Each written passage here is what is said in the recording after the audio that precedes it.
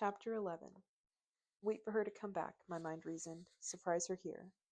But I was running, even before the thought had fully formed in my mind.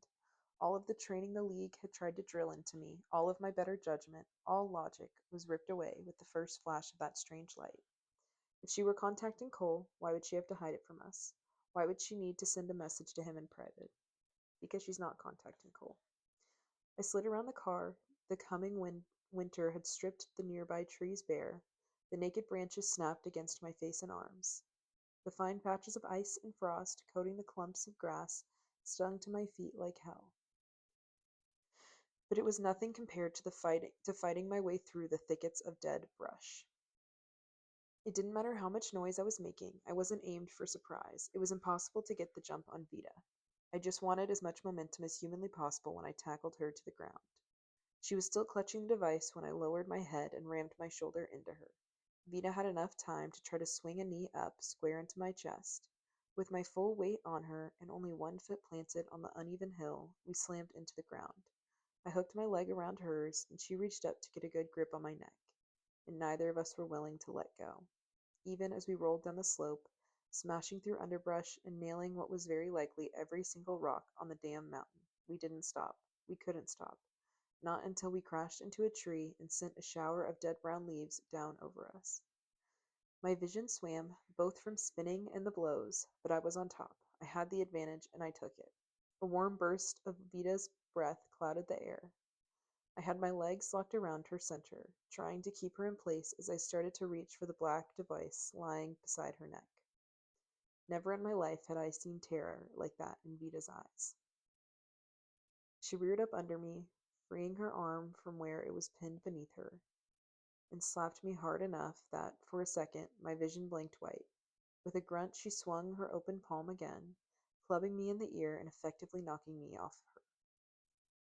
Vita jumped to her feet and I staggered up after her. My sight split in two, and I wasn't sure which one of her feet was actually flying toward my stomach until it made contact. I threw my arms up in front of my face to block the next one. How could you? I gasped out.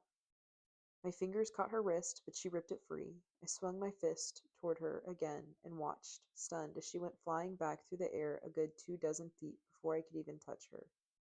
Up! Stop! I panted hard and was only able to keep on my feet for one more second. I sagged sideways into the rough embrace of a tree and slid all the way down onto my knees.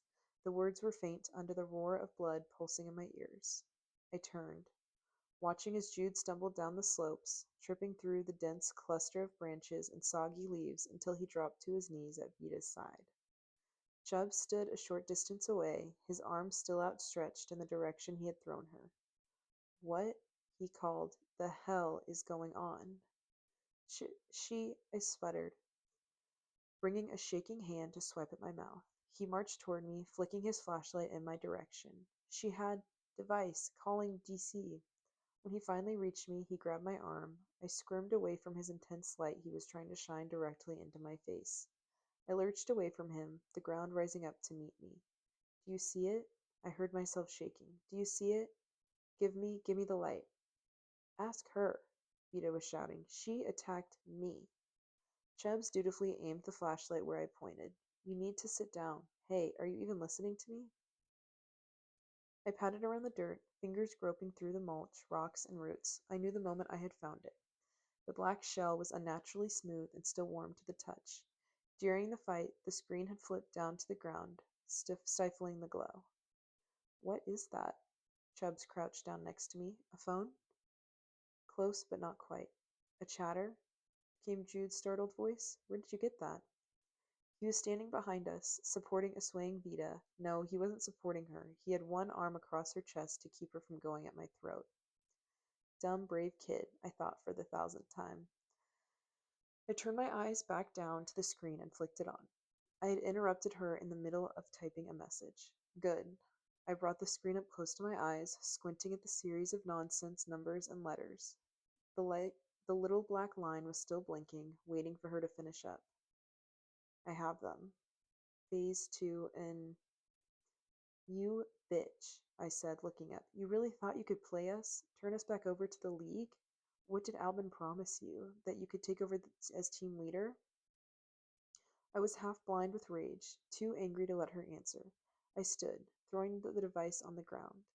Vida and Jude both took generous steps back. My brain was humming with need, with nothing more than desire to pry into hers and leave it mangled and ruined. My anger added a boost to their strength, and I thought, I really did, if I let them lose, the invisible hands would take her this time without me needing to grab her. I turned, ready to let them fly. Instead, I felt a hand close over my wrist and pull me back. Chubbs was on his feet now, too, his eyes fixed on the screen. I heard him click a button, then the chatter was hovering in front of my face, and I was reading an old received message.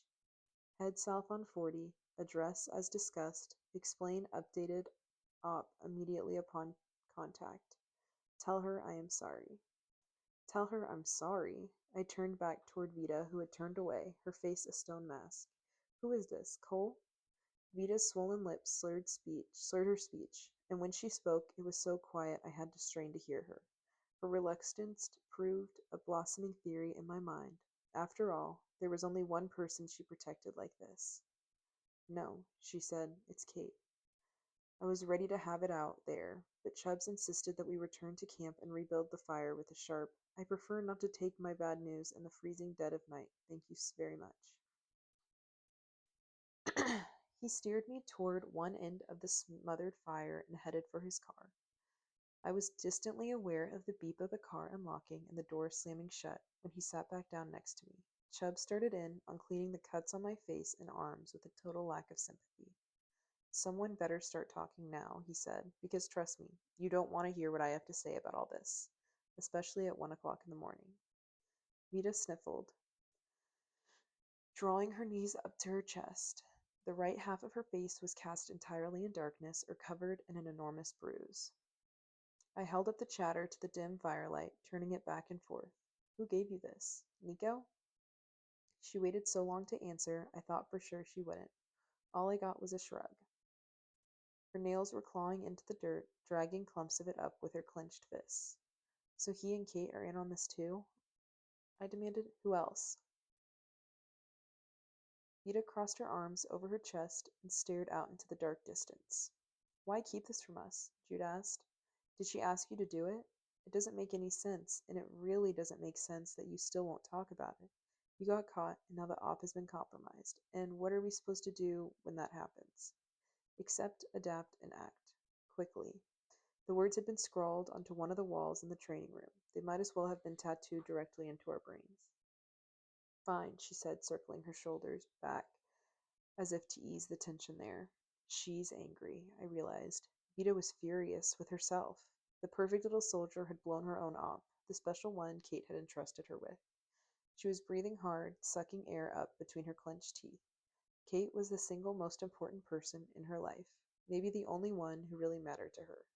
I had an idea of why she had withheld that information, but I wanted to hear her admit it. Kate and Cole planned this whole thing, pretty much from the second we brought his ass back to HQ, Vida said. They go back. She took him under her wing when he first joined, helped train him. He told her the truth about your dumbass Prince Charming and the flash drive, and you were the solution they came up with. For whatever reason, Kate stupidly trusts you to handle this shit. Why have Cole give me the story then? They're watching her, Rob and the others. She knew what he was like, or at least figured it out a few months ago, but she was trying to stay close to his creepy ass to make sure he didn't come after us. She couldn't go to Albin or any of the advisors because she was afraid she'd be reassigned from us if they saw her as being difficult. Nico showed Cole, Kate, and me the video of Blake being offed, and she just about went ballistic. When was this? Just after you left HQ. Vida tucked a strand of hair behind her ear, glancing over at me. Nico said you told him not to, but something you said to Cole made him push the issue. They're sitting on the video until we bring the intel back. Of course. Because keeping the Children's League together was the top priority here. Not protecting the kids, not cutting out the psychopaths. Let me see if I understand this, Chubbs began. Kate was in on everything from the beginning, but she kept silent on it? Was that to act as some kind of failsafe? Not bad, Granny, Vida said. Cole said Kate's role had to stay secret, even from you. If you dipshits got caught and were brought in for questioning, he didn't want you to be able to implicate her. If he took the fall, at least Kate would still be around to be on our side. She hated it, but I told her she had to agree. Otherwise, I wasn't going to help you. She didn't say yes until she realized there was no way to get Jude removed from the mission without it making people suspicious. Rob requested him personally. Jude looked like he was a breath away from throwing up all over himself. The firelight drew out the flush of panic in his cheeks. Vita threw up a truly pitying look his way. Kate said he ran after you. You called him out. Went totally off the fucking grid before Barton could bring him in for questioning. So he won't be here when you get back, Jude said, sighing in relief. No, but it meant I had released a furious monster out into the world to rip it apart and remake to his own liking. That's everything I know, Vita said. The end. But I'm telling you now, if either of you breathe a word, one goddamn word, about Kate, I will come down on you so hard they'll be naming hurricanes after me for a fucking century. I opened my mouth to fire back at her, but thought better of it in the end. For as long as I'd known Vita, I'd felt a sharp sense of pity over her obvious worship of Kate. I thought I'd been given a glimpse of the real Kate that lived below the pristine exterior, but now it was becoming harder and harder to believe that either one of us was completely right about who she was. To me, her belief in the League had always seemed naive. I really thought she blinded herself to everything going on around her to stay in that happy world that existed only in her mind. Maybe Jude really was right, and the League of today didn't remotely resemble the one she had willingly joined years ago. Then why did she only give herself up to me in pieces? Why had it taken me so long to put them together into a somewhat complete picture? You've been communicating directly with Kate, I suppose? Chubbs took the chatter out of my limp hand and turned it over. She's been guiding you all along? Yeah, Vita said. She sent me the routes to get down here. Too bad she couldn't just load his ass into Google Maps. Not even Nico has been able to track him. The screen between Chubbs's fingers flashed to life and let out a low, vibrating growl. The light emitted was bright, enough that we could all watch as his eyebrows rolled steadily past his glasses frame to his hairline. Well, maybe she can't send exact coordinates, he said, flipping it around. But she has an idea of where we could start. Chapter 12. Target sighted outside Nashville. Hostile Blue Tribe in nearby area. Approach with caution. The sighting isn't listed in the skip tracer network, Chubb said. His fingers flicked against the screen of the small tablet I had fished out of the glove box for him, scrolling down. That's not surprising, though. I haven't been able to pick up the internet signal in a few days to download an update. What is that thing? I asked. At the top of the color screen was Liam's bruised, scowling face, the picture that had been taken, I guess, when he was brought into Caledonia. Next to the photo was a list of the same information I had been able to access in the PSF network. The only update being that his reward had gone up to $200,000, and his last reported sighting was outside of Richmond, Virginia. It has direct access to the skip tracer network, Chubb said. You get one after you register and are approved by the government. The information is closely guarded. The PSFs don't have access to it, so they can't swoop in and steal a score. It was a touchscreen, easy enough to flick through various listings beneath it. A skip tracer named P. Everton had been the one who sighted him in Richmond. He had posted on the following listing. Stewart driving red Chevy truck, stolen plates, target in jeans and black hooded sweatshirt, lost sight of car during pursuit. Why would they be sharing information with one another like this, I asked, if only one of them gets a reward? Because if a tip turns out to be good, you're upped in the standings. Each kid, especially the big bounties, are assigned points in addition to dollar amounts. But you can also earn points by adding tips or supporting the PSFs when they are trying to locate a kid, Chubb shrugged. The top 20 or so skip tracers get more supplies from the government, not to mention better equipment and easy access to the internet. That alone makes a huge difference. I can't even tell you how many stupid kids have been found because of the pictures and postings their families had online. I think that's probably how the PSFs found me in the first time. Mom forgot she had an album of her cabin up on some website. I nodded, continuing to scroll through the list. There were only about 1,000 or so active listings of kids, many of them without pictures. These, I assumed, were the lucky ones who'd been added to the online Ian registry by their unsuspecting parents for updates and instructions from the government, but who had avoided being collected and brought into camp. They had either found a great place to hide or had mastered the art of living off the grid. I kept scrolling. Dale, Andrea, Dale, George Ryan, Daly, Jacob Marcus. Daly, Ruby. The picture was of a 10-year-old me, eyes wider under the ratty mess of hair. That's right, I thought. It had been raining the day they brought us in. What the hell? I held it up for him to see. $400,000 for a reward? What? Oh, that. Chubbs plucked the tablet from my hands and said grimly, Congratulations, you're officially a big score. That's. I just. Why? Do you really need me to break it down for you? He said, sighing. You escaped from Thurmond with the help of the League, and are, oh, by the way, an orange. What are all the listings? I asked. I've never been to Maine or Georgia. He held up the screen for me to see. Look closer. Sighted outside of Marietta, Georgia, moving east. Jay Lister. At least 5 of them were from Jay Lister, otherwise known as the teenager in the driver's seat next to me. I would have done more, but you get penalized for spamming the network with false tips. I try to do that for you and Lee whenever I can to throw off the other skip tracers. What about Zoo? Same, he said, but not nearly as much. It looks bad when you're the only one updating for the same kids and not thinking about distances and all that. I can't post that I saw you in Maine, and 2 minutes later post I saw her in California. I have a story for her figured out, though. As far as the skip tracers know, she's somewhere in Florida. Do you think she and the others actually made it to California? I asked. There haven't been any updates in the PSF network. The League had access to. I checked last week again, and still nothing. Chubbs cleared his throat. I'd like to think she did. Once we find Lee, we'll just have to go see for ourselves. The others were in line of sight, out of the front windshield. Vito was attempting to take down the tent by beating it into submission. Jude was simply stretched out on his back in a grassy patch of earth, staring up at the sky, the compass resting on his chest. It was cold, but the sunlight was out for the first time in days. He was regarding the sky with a kind of amazed wonderment. What do you think he's looking at? Chubbs asked, craning his neck forward over the wheel to follow Jude's gaze up.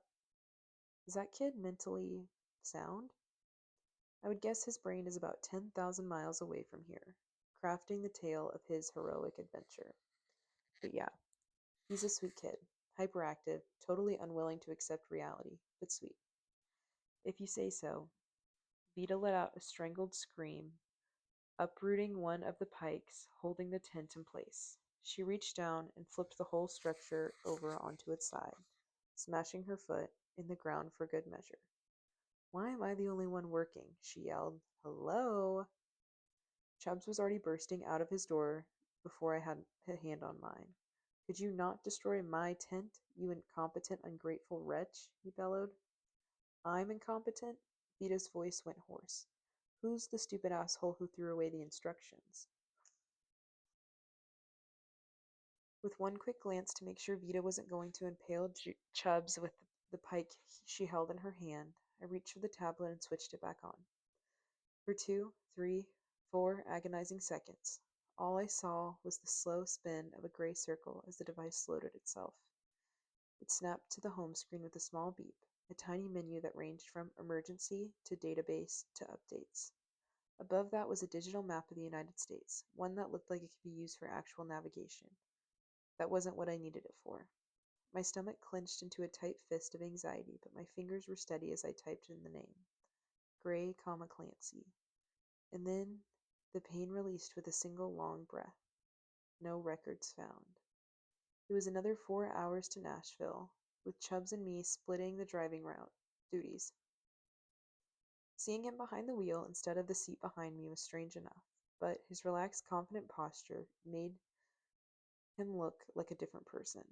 I was forcing myself to adapt, trying to come to terms with the fact that this Chubbs was not the one who had been taken from me. How could he be, after everything?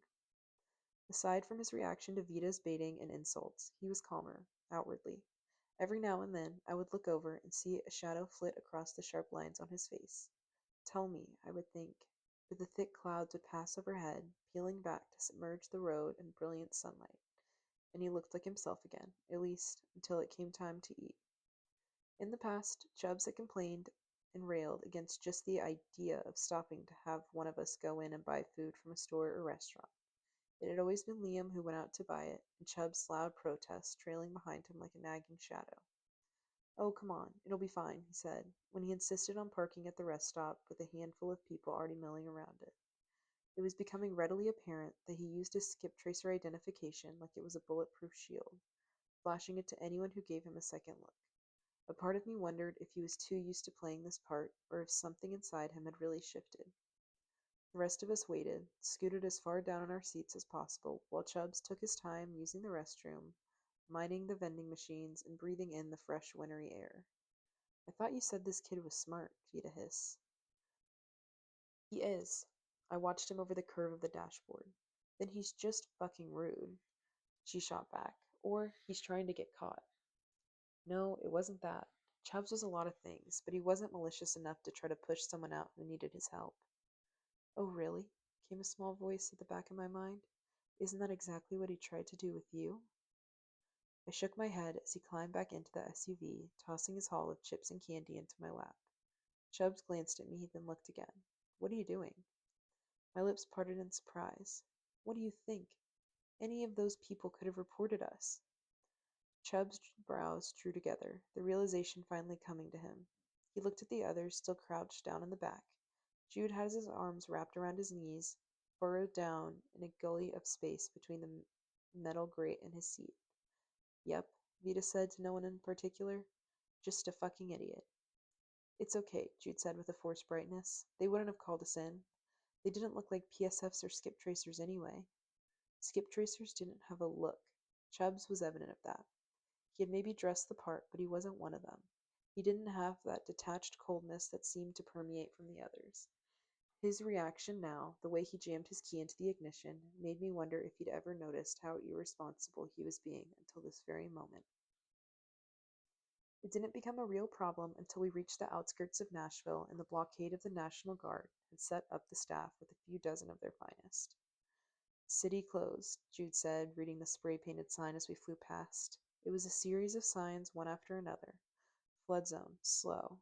City closed. Turn back. National Guard entry only. City closed." Jude's voice dropped just a little bit more with each one he read, but the SUV only picked up speed. The makeshift station began as a dark blurry line at the horizon of the snow-slick road and took shape, one barbed tangle of wires and fence at a time. "Slow down," I told Chubbs. "Stop for a second." He ignored both requests.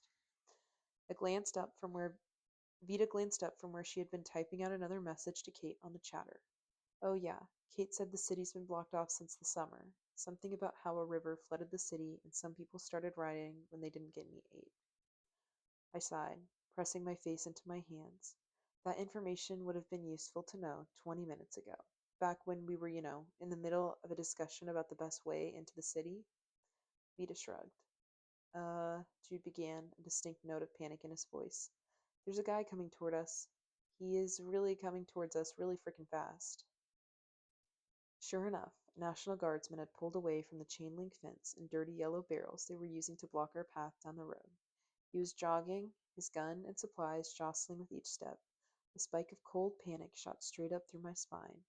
The National Guardsman stopped, and his eyes drifting in the firearm to his side. Then Chubbs asked, "Does everyone have their seatbelt on?" "You're joking," I began. There was no way. He would never. Vita finally looked up from the chatter. Jude yelped as the car lurched forward. Chubbs had floored the pedal. I reached over and jerked the wheel, forcing the car to veer sharply to the left. Chubbs tried to shove me off, but I guided the car around, narrowly missing the soldier who had come out to meet us. He eased up immediately on the gas, but we were already heading back in the right direction, away from the fence, the soldiers, and the danger. Vita slammed her palm against the grate, and the pedal floored under her influence. Locked hard against the SUV's dirty carpet, Chubbs tried pumping the brakes, but the car seemed to shriek in protest. When the blockade was finally a small blip in the rearview mirror, Vita lifted her hand and Chubbs's foot came down on the brake. The seatbelt snapped over our chests. I started when I finally caught my breath. Why, you. Damn it, Chubbs began, slamming his hand against the steering wheel. He didn't sound like himself. He had yelled at me before countless times. But this was. I actually felt myself shrink. How dare you do that? How dare you? If you're going to fight, can you do it outside? Vita said. I already have a big enough headache without hearing Mommy and Daddy at each other's throats. Fine by me. I unbuckled my seatbelt, ignoring Chubbs's growl as he did the same. What? He demanded, coming around to meet me in front of the SUV. His boots slid through the snow, clinging to the dark surface of the road. His breath was hot with anger. It fanned out white and sticky against my stinging cheeks. What was that? I asked. What were you really trying to force your way through? It was how he shrugged, like it didn't matter, like it was nothing. That made me crazy. I can't believe it, I said. Wake up. Wake up. This isn't like you at all. I wouldn't have had to do it if you didn't stick me with those stupid kids. I could have flashed some papers and we would have been in. He dragged a hand through his tuft of dark hair. And you know what? Even if I had gone through with it, it's not like they would have caught up to us. Honestly, weren't you and Lee the ones who always said we had to take risks if we were going to get by? Are you? I could barely choke the words out. Are you serious? Risks? Where is your head? You were so much smarter than this. Did it matter that I was yelling, or that he was doing his best to try to tower over me with his height? Did it matter that the other two were watching us through the windshield? Sure, we would have gotten through the blockade, maybe even miles away. But what if they got your license plate number and reported that? What if the roads there were another blockade and they were just waiting for us there? What would you have done? You're the only one with papers. You would have been fine, but they would have taken me, or Jude, or Vita. Could you have lived with that? What about Liam? He shouted. You know, the one whose brain you decided to fry? The one who's lost, or dead, or near it, because you decided to screw with him? Remember him? Every inch of my skin felt like the branches of a tree overhead, stripped bare and coated with frost. You do blame me. Who else would I blame? He shouted. It's your fault, damn it. And now you're acting like this? Like those kids are more important to you than us? Yeah, I've made a few changes. So what? I've been getting on just fine making my own decisions, and you keep acting like I'm still bleeding out in your hands. But I'm fine. I am better than fine, and you're the one who's wrong. I hadn't even heard the door open, but Vita was suddenly standing beside me, her shoulder pressed against mine. Back off. I felt her hand close around my wrist. You don't want us here, ass clown. Fine, we're out. Jude was white-faced as he scurried around the back, clutching our few possessions in his hands. I'm ready, he said, his voice betraying none of the fear I saw in his eyes. Let's go. I took the leather jacket that Jude passed to me, my mind trying to catch up with what's happening. Chubbs's fingers caught the pocket and held tight. What are you doing? I think. My whole face felt numb. I think this was a bad idea. No, my brain was screaming. No, no, no. Ruby, he said, shocked. Tell me you're not Ruby. You think we're worthless? You want to prove that you're so damn brave? Vita shouted back. Go ahead and get your stupid ass killed. We'll see who finds Stuart first. Vita hooked her arm through mine and began to haul me down the slight curve of the highway's shoulder, down into the snow-splattered forest ahead. It was deep and dark and lovely. I couldn't see the beginning or end of it. Asshole, she was muttering. God damn him. I hate this stupid ass face and his stupid ass driving, acting like we're as dumb as dirt. Asshole. Jude jogged to keep pace with us, branches snapping around my face, clawing at my hair. The flashes of sunlight through the treetops were disorienting, blinding red one moment and orange the next, and all I could think about was fire. All I could see was Chubbs's face close to mine as we clung to each other under the dock at East River, while the world burned above us. I felt a hand touch the small of my back, and I just couldn't do it anymore. My legs buckled, and I barely managed to catch myself on a tree before it collapsed completely. What are you doing? I thought. This is Chubbs. This is still Chubbs. For several agonizing minutes, I couldn't hear anything beyond my own harsh breathing. I felt physically ill, like I was about to heave up everything in the pit of my stomach. This is Chubbs, who says things he constantly regrets, even if they're the truth, who lets his anger get the best of him, especially when he's afraid. And you left him. You walked away. That was Chubbs, and you left him. I felt a hand tugging on mine. Jude stood beside me, his EMT jacket crinkling. I think you were both wrong, he said quietly. He doesn't blame you for what ended up happening with Liam. He blames himself. He's only acting like this because he's gotten to the point where he's willing to do anything to set it right. Why would he think any of this is his fault, though? I asked. He's a loose cannon, Vita said, glancing back over her shoulder. He survived being shot. Some part of him thinks he's invincible and that he can make stupid mistakes and get away with it. There are other ways he could have traveled, but he chose to run with the fucking wolves. If he's not desperate, if he doesn't hate himself, then he really is just a goddamn idiot. You guys don't know him, I started. No, Jude said carefully, but we know you. And if you think you haven't been acting the same way he has for the past 6 months, then you're a goddamn idiot too. Vita turned back in the direction of the road and gave me a hard shove. Go get him then. If you're not back in 5 minutes, we'll head on our own to find Stuart. You said you didn't have a choice to joining the League? Well, congratulations. Now you do. Come back with us or don't. But I'm more than capable of doing this op without all of your boo-hoo issues holding me down. I read her meaning loud and clear. I'll be back, I told them. Right back, I swear. I took a lurching step forward, keeping my eyes on her staggering footprints in the snow. I kept them focused and ahead because I couldn't stand to think of the others watching me go. I can't leave them, any of them. Not Vita, who was too headstrong for her own good. Not Jude, who couldn't stand the silence or the dark. Not Chubbs, not after everything. The SUV was still there, parked crookedly on the shoulder. He was in the driver's seat, leaning against the steering wheel. I walked around the back of the car, glancing both ways on the road to make sure there was no other eyes on us. Then pulled Liam's jacket around me tighter for support. He didn't see me. His shoulders were shaking, but I wasn't sure if he was only breathing hard or actually crying. I knocked on the window, and Chubbs, my Chubbs, about leaped out of the passenger seat in terror. I'm sorry, I mouthed through the glass. He had been crying. Something inside me twisted, sharp and firm as Chubbs opened the door. You scared the hell out of me, he shouted. Do you know how easy it is to fall and break an ankle when you're walking without direction? Or into a frozen river? Do you know what happens when you get hypothermia? I leaned in and wrapped my arms around his shoulders. I mean, he began. I felt his hands bunch in the back of Liam's jacket with the effort to keep me there. I'm not the same person. I'm not, and I know that. And I'm not okay with who I am or what I had to do, but I'm also not okay with us separating again. Don't do that. Don't just disappear. If you're mad at me, then hit me or something. Just don't think that I don't want that I don't want to stay with you. I'll always want to stay with you. I tightened my grip on him, pressing my face against his shoulder. You're different too, he said. It's all different now. I just want to go back to the way it was when we were stupid in that minivan. Jesus, will you say something? Don't, I said. Call Black Betty stupid.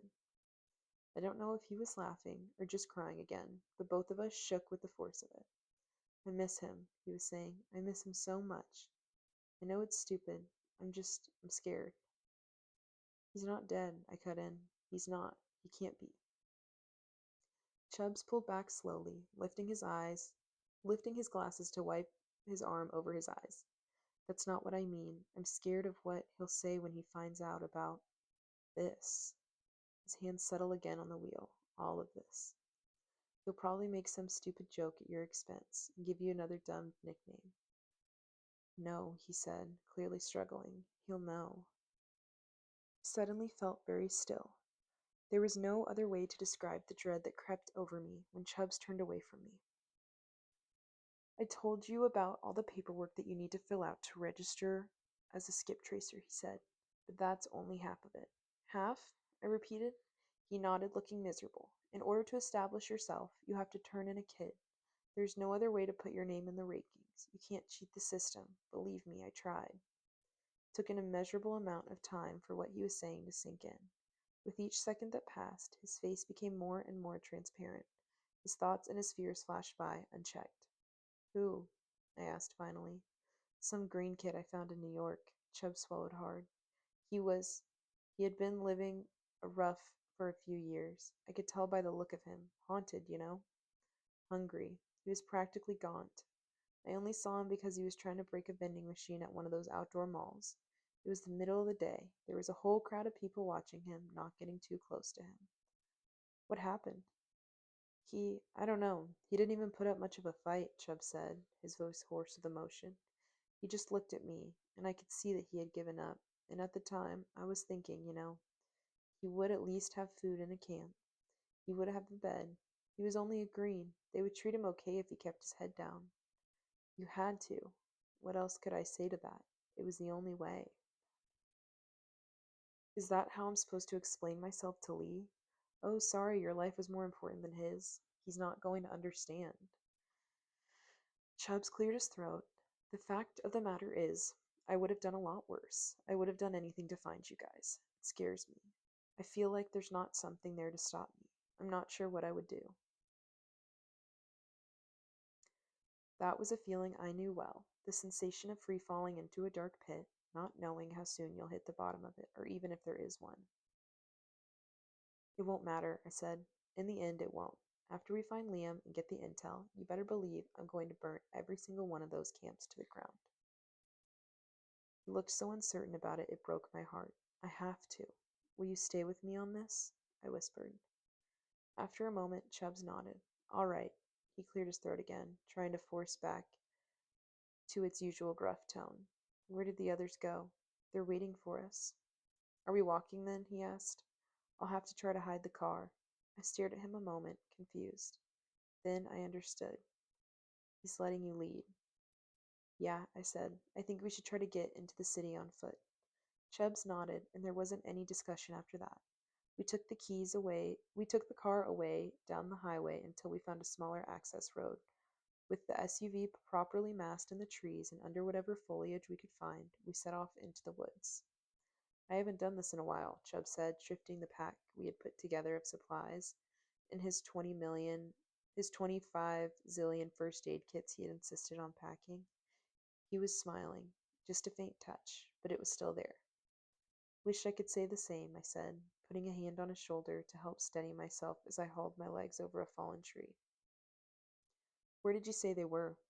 I hadn't even realized we were back in the same small clearing as before until I saw a dizzy array of footsteps pounding on the mud and mulch. They'd been good on their word, then. They had split, and we'd have to catch up to them. I looked over at Chubbs to tell him as much, but his eyes were focused down on the snow. His eyes knit together.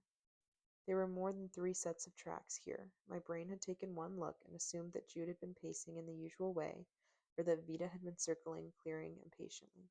But there were way too many footprints for that.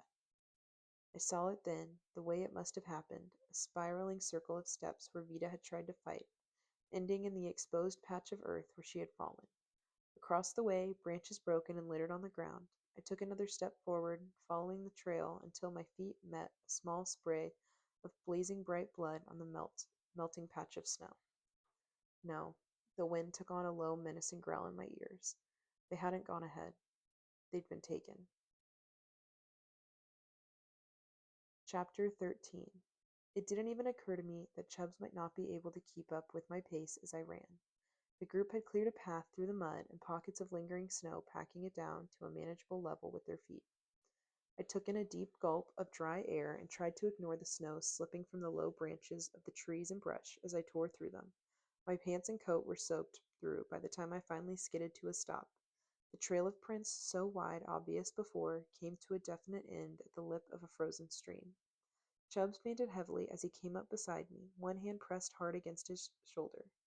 I turned to take the bag of supplies he'd packed, then thought twice. The one he handed me was just as heavy, and I wouldn't be able to get through the snow with both of them. At least, not quickly.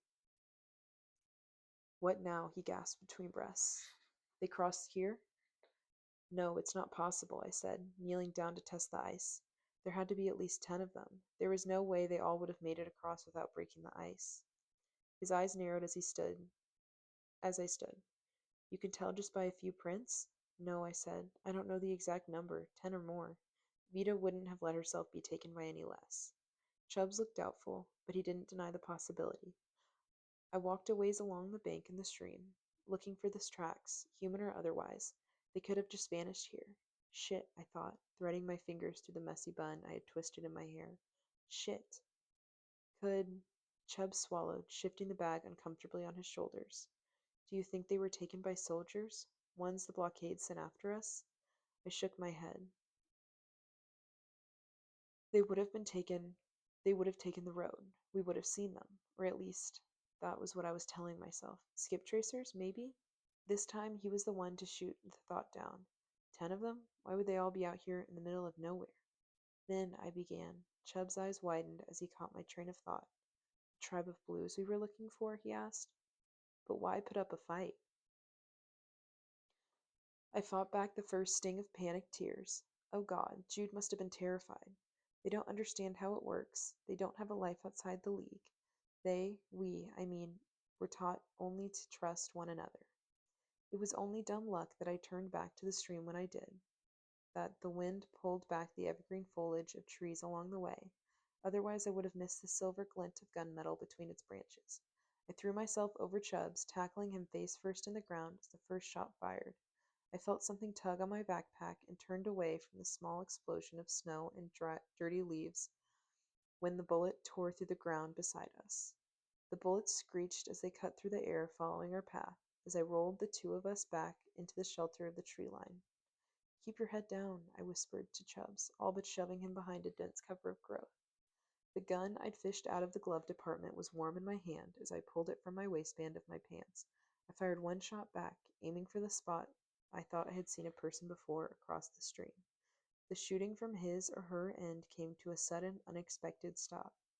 The afternoon air was pale, and still between us it had a sharp quality to it. It smelt like snow. Ruby! A dark blur dropped out of the trees behind me. I spun without thinking and launched my elbow out. It connected with something soft and made an audible crunch as I threw my full weight into the hit. There was a sharp cry of pain, followed by a heavy thump. The impact sent a whirling cloud of snow. I turned back for Chubbs, reaching out for him through the white haze, and felt a hand close over my forearm. The skin was pale, each knuckle torn open or scabbed. I pulled back a step, bringing my knee up to throw the next attacker off, but the fight was over before it started. I felt a cold, sharp blade dig into my spinal column and lowered my arms. I turned slightly to look over my shoulder at Chubbs. He was covered in mud, his face ashen. Who are you? I said, coming around slowly to face him, keeping clear of the knife. Son of a bitch, he hissed. The pitch of the voice had caught me enough to know how old he was. My age, a year or two older at most. The boy I'd hit staggered up from the ground, swiping his nose against the sleeve of his threadbare coat, leaving a long, dark streak of crimson on it. The kid with the knife stepped back, but didn't put it away. Bloody Nose held his hand, and I reached out, acting like I was about to put a gun in it. At the last minute, I dropped and took his hand instead. Driving into his mind, his body twitched under my control. I saw a flash of Jude's frightened face in his mind, and it was enough for me. What did you do to these kids? I snarled. The boy and the girl from earlier. Where did you take them? Chubbs had a strange look on his face as he watched me, but he stayed silent. The guys, he said, his voice altered by the sickening angle of his nose. My elbow ached in response. The guys brought him to the slip kid. Of course. Those were the words that sprang to my mind, that chipped through the ice, that gripped me in place. Of course. Clancy's system had worked so well the first time. Why wouldn't he try it again? Of course it wouldn't matter who the kids were, only that they'd be willing, or easily swayed by his abilities, to go to war with President Gray. Of course. I had to release the kid from my grip when the 4 other figures appeared in the woods around us, closing in to investigate what had happened. I could control one person, but I wasn't Clancy. Any more than that was impossible, or any attempts to try would have been revealed the only upper hand I currently had. I stepped forward, showed them I was unarmed, and motioned for Chubbs to do the same. We want to see the slip kid, I said. We won't give you trouble. That a fact? One of them asked, glancing down at the dazed kid at my feet. Michael, you hear that? Or did that hit knock your screws loose? Blood, nose, Michael. I shook his head in an obvious attempt to clear it. A head injury was a decent cover for what I'd done to him, but it was taking his little brain so long to recover, I worried the other boys around us would get suspicious. They didn't seem willing to do anything without his permission.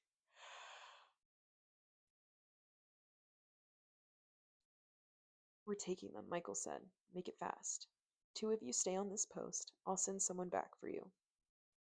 This guy is the leader, I thought. It wasn't reasonable. His size alone would have inspired fear, if nothing else. They pushed Chubbs toward me as we made our way back to the stream. I looped one arm around his waist to keep him close. They took our bags and hauled them up onto their shoulders. Well, Chubbs muttered, shit. We were out in the open again, near the frozen stream, and more importantly, in the line of the gunmen in the tree. There were hands on me, patting me down, feeling around the insides of my boots. I tried not to react as one of them took my Swiss Army knife from my boot. The freezing air stung my face, but it was the thought of what they might find in Chubbs's pocket that made me go cold to the bone. Chubbs must have read the question on my face because he shook his head ever so slightly. The kids searching him only found his knife and a pocketful of candy wrappers. He had been with it enough to dump his skip tracer ID in the woods during the attack or leave it behind in the car then. Thank God. I turned to look across the river narrowly, avoiding Chubb's kicking feet as he lifted off the ground and out of my reach. He thrashed in the air in the half second it took for the kid with the outstretched hand to lift him up, and using nothing more than his freak abilities, toss him onto the opposite bank. I felt the warm tug at the pit of my stomach, and I recognized the sensation. I didn't have the chance to protest before I was hauled up and over the stream, two dropped onto Chubbs, with a total and complete lack of kindness. The other kids burst out laughing, floating one another over the frozen stream with all the gentleness of a calming breeze. Other than that, they didn't speak, didn't offer up a single explanation or confirmation of where they were taking us. Two stayed behind to snuff out our tracks in the soft white powder. We walked in silence. Snow began to fall, catching on my hair and lashes, and cold crept in through the leather of Liam's coat. Chubbs tensed. Rubbing his bad shoulder absently, I caught his gaze, and I could see the anxiety mirrored in his dark eyes. Can't believe it, he muttered. Again. I'll take care of him, I said, quietly looping my arm through his. Since that worked so well last time? Hey, Michael held up his silver handgun. Shut the hell up. We were on foot long enough that I had to begin to wonder if we were ever going to reach the encampment or wherever they were planning on taking us. It didn't occur to me until the large river came into sight that we were moving towards Nashville. I understood straight off why they had originally closed the city, though the river must have surged past its banks months before, and most of the water had yet to freeze or pull back completely to its normal level.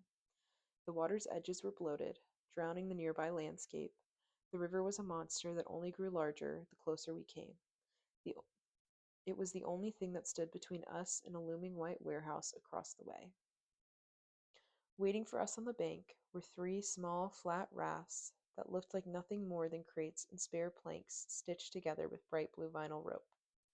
A kid in white stood on each of them, gripping a long pole with the group of us spread out over the three rafts. The kids with poles pushed and navigated through the shallow, muddy water in a slow, methodical movement.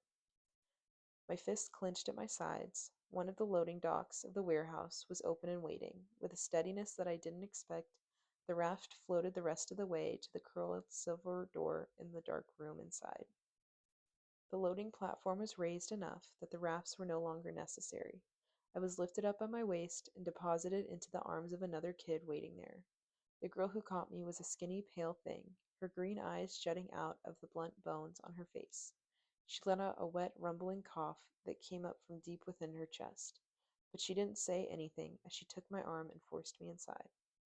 The walls and floors were cement, cracked and tagged within an inch of their lives, with old, faded graffiti. The warehouse was roughly the size of a high school gymnasium, and it still held a few clues about its past life, signs marking where cables and wires could be left. The black wall, the one we were walking toward, had been painted a light robin's egg blue, and though someone had tried to cover them with a white layer of paint, I could still read the black letters spelling out Johnson Electric beneath it. Chubbs fell in step beside me, nodding toward the brown line that ran along the walls, about halfway up toward the ceilings. The water from the river had been that high. Every single step I took, every voice around us. Every drip of water from the cracks in the vaulted ceiling seemed to echo. The sounds played off the bare walls and boarded up the windows around us. Despite the fact that we were out of the snow and wind, the building wasn't insulated to keep out the persistent chill. Old metal trash cans had been repurposed to hold bonfires, but most of these were located toward the other end of the warehouse, not near the patches of kids scattered by the entrance we came through. This wasn't anything like East River had been. And the teenage boy sitting on the raised platform in the back, disappearing in and out of a haze of cigarette and fire smoke, was not Clancy Gray. Who the hell are you? There had been a low murmur of interest as we were hauled in, but at my words, it dropped off to silence.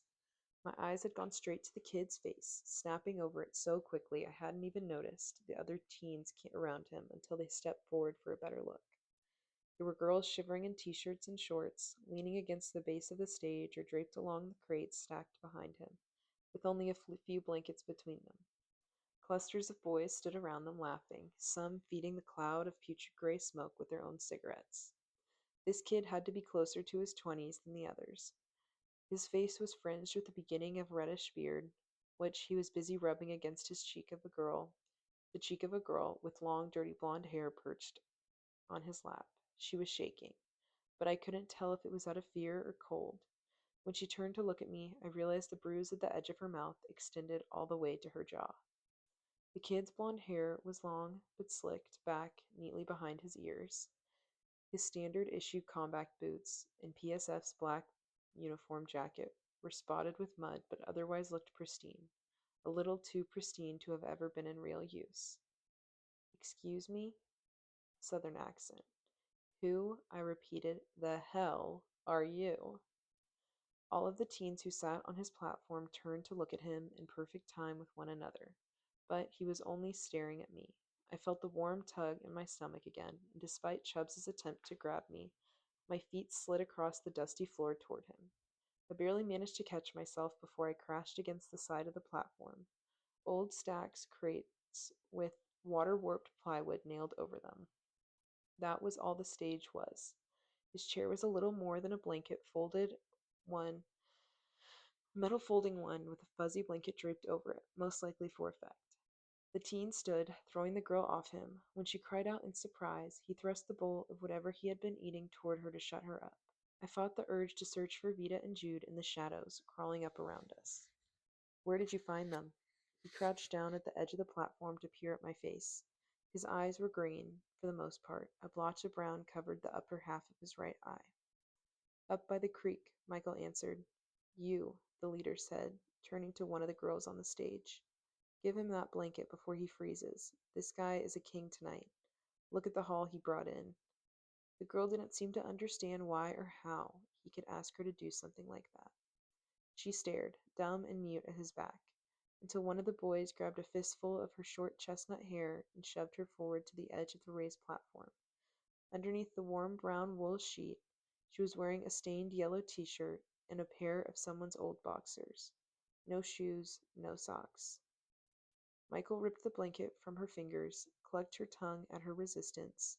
One of the other kids, a small boy, gave him the water bottle he had been holding, watching with hooded eyes as the bigger kid polished off the rest of it before tossing the crushed bottle back to him. Then he fell into place at the leader's right. How it was even possible for someone to look so smug and proud, cocooned in a blanket with dried blood all over his face, was beyond me. The leader tossed a cigarette onto the ground at our feet, one end still glowing and pulsing red. I kept my eyes at the sliver of exposed skin above the collar of the PSF's jacket.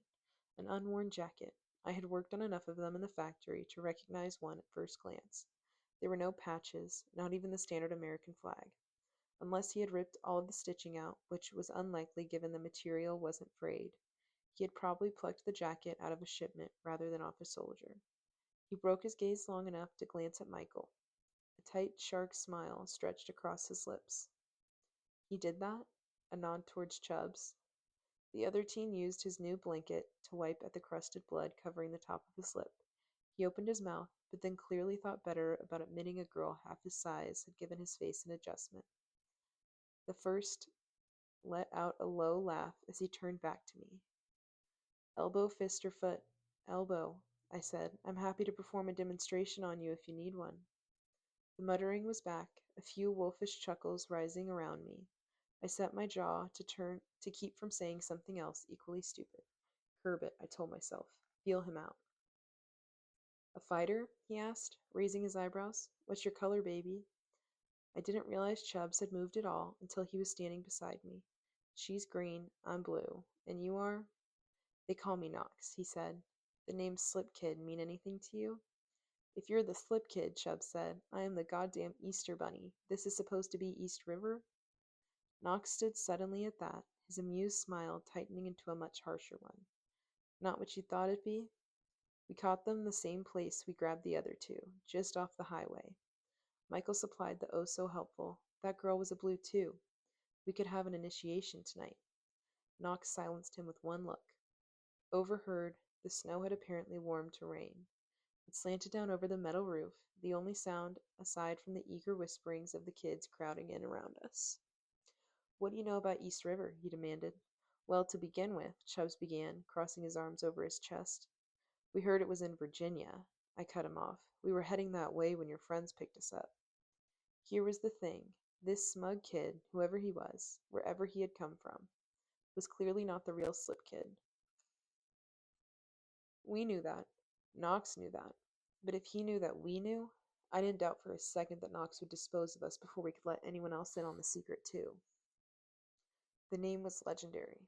Anyone who could gather this many kids, set up this kind of shop, why wouldn't they believe he was the Slip Kid?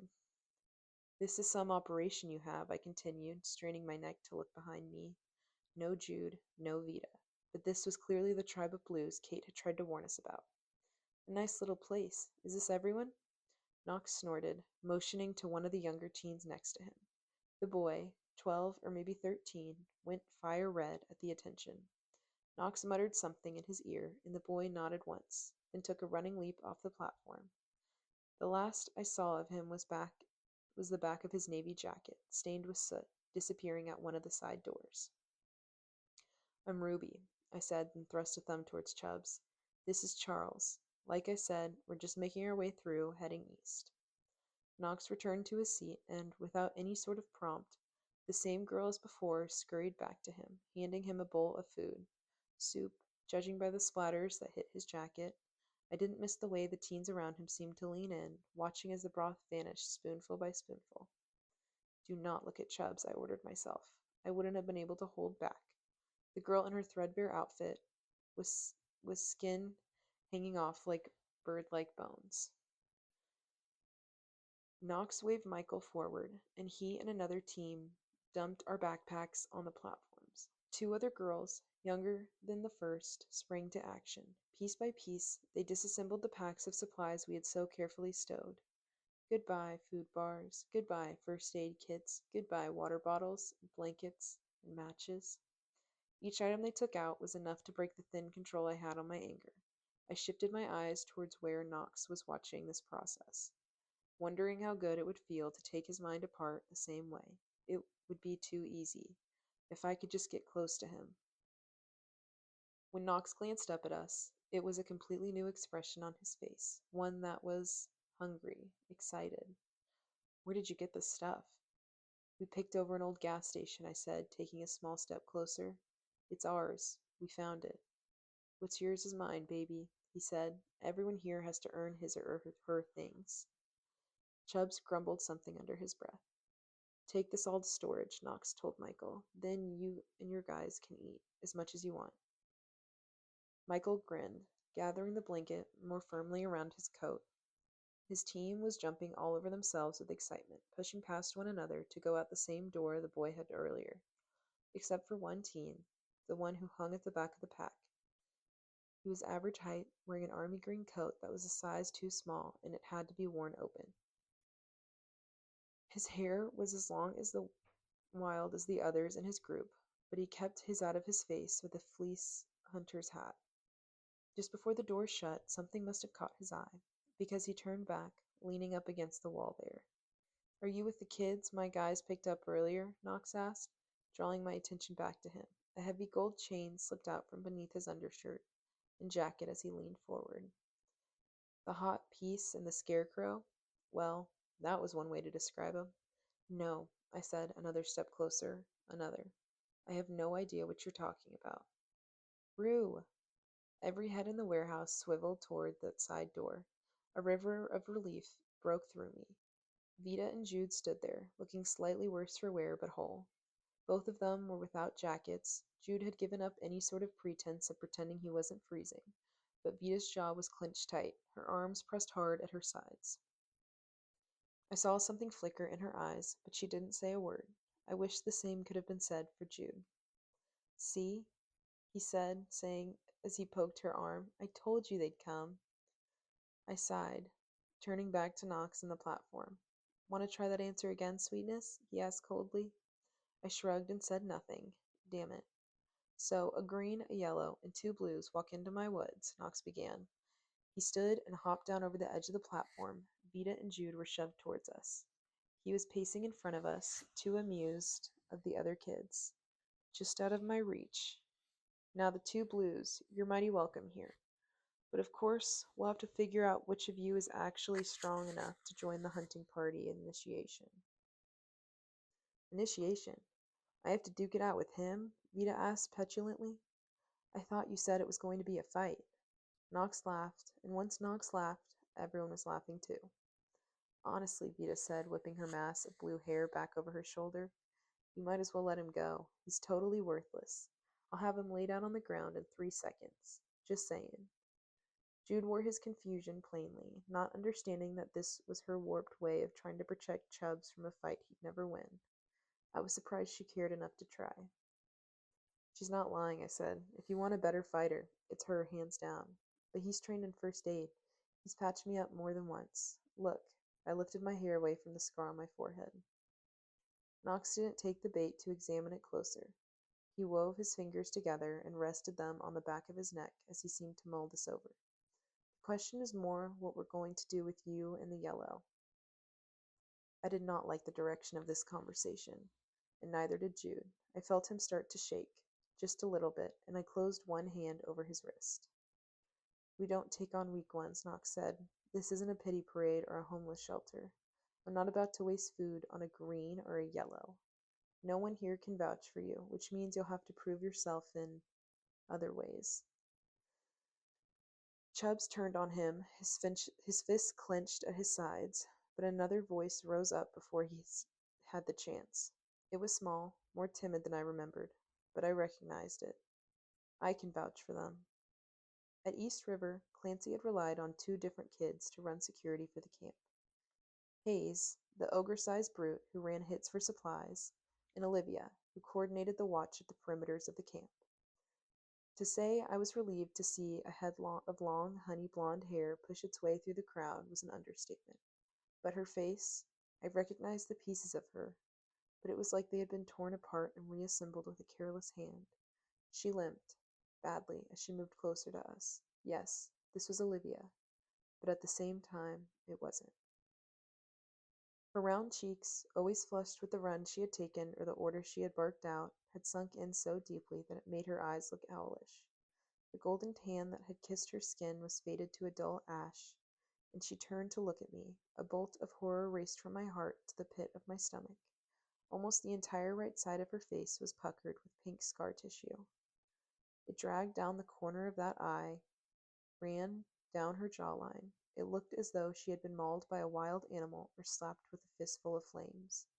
Olivia, I gasped. Oh my God. How? No. I knew she had escaped. Liam had told me as much.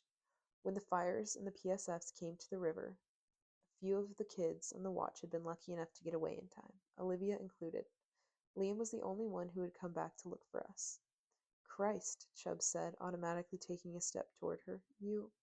The 4 of them were with me when we escaped the PSF van that had rounded us up, Olivia said, ignoring the hand Chubbs raised in her direction. Out of the corner of my eye, I saw the boy in the green coat push himself off the door and through the crowd, stopping near Knox's side. We got separated in our escape through the woods. The Olivia I had known had been so full of fire, she could have brought the entire warehouse down to a pile of simpering ash. Now she merely bobbed her head with a meekness that didn't suit her at all. Ruby is the one who planned the escape, sir. Oh, yeah, said the boy in the green coat. He stuffed his hands in his pockets, rocking back on his heels. I thought they looked familiar. A couple of kids gave us the slip that day. Olivia's gaze flickered towards us, her brows creasing in what was either surprise or confusion. It certainly wasn't gratitude on her face. Really, Knox's voice was still flat, but I felt his eyes drift back over to me. And you spent the last few months just wandering around my fine state? Laying low, gathering supplies, looking for Olivia, I said quickly, risking a glance at the boy. What was he playing at? Why didn't you mention this to Michael, Brett? Knox asked, or speak up before. The boy, Brett, shrugged. I didn't make the connection till now, I guess. Her hair was shorter. He nodded toward me, and the other one was dressed different. They can help me, Olivia continued, her eyes still on the ground, at least until they prove themselves to you. Knox blew out an exasperated sigh. He began to pace again, each step falling like thunder in the silence of the warehouse. There was almost a little skip to his step as he walked. Fine, he said, looking up. Take the yellow and green. Charles, too. And just like that, he was out of my reach, and I was useless to get us out of there. The hot piece will stay and keep us entertained, Knox said, smoothing his hair down behind his ears with a grin. He nodded to the boys at his left. Strip their jackets, take anything valuable they might still have on them, and keep them outside, where the trash belongs.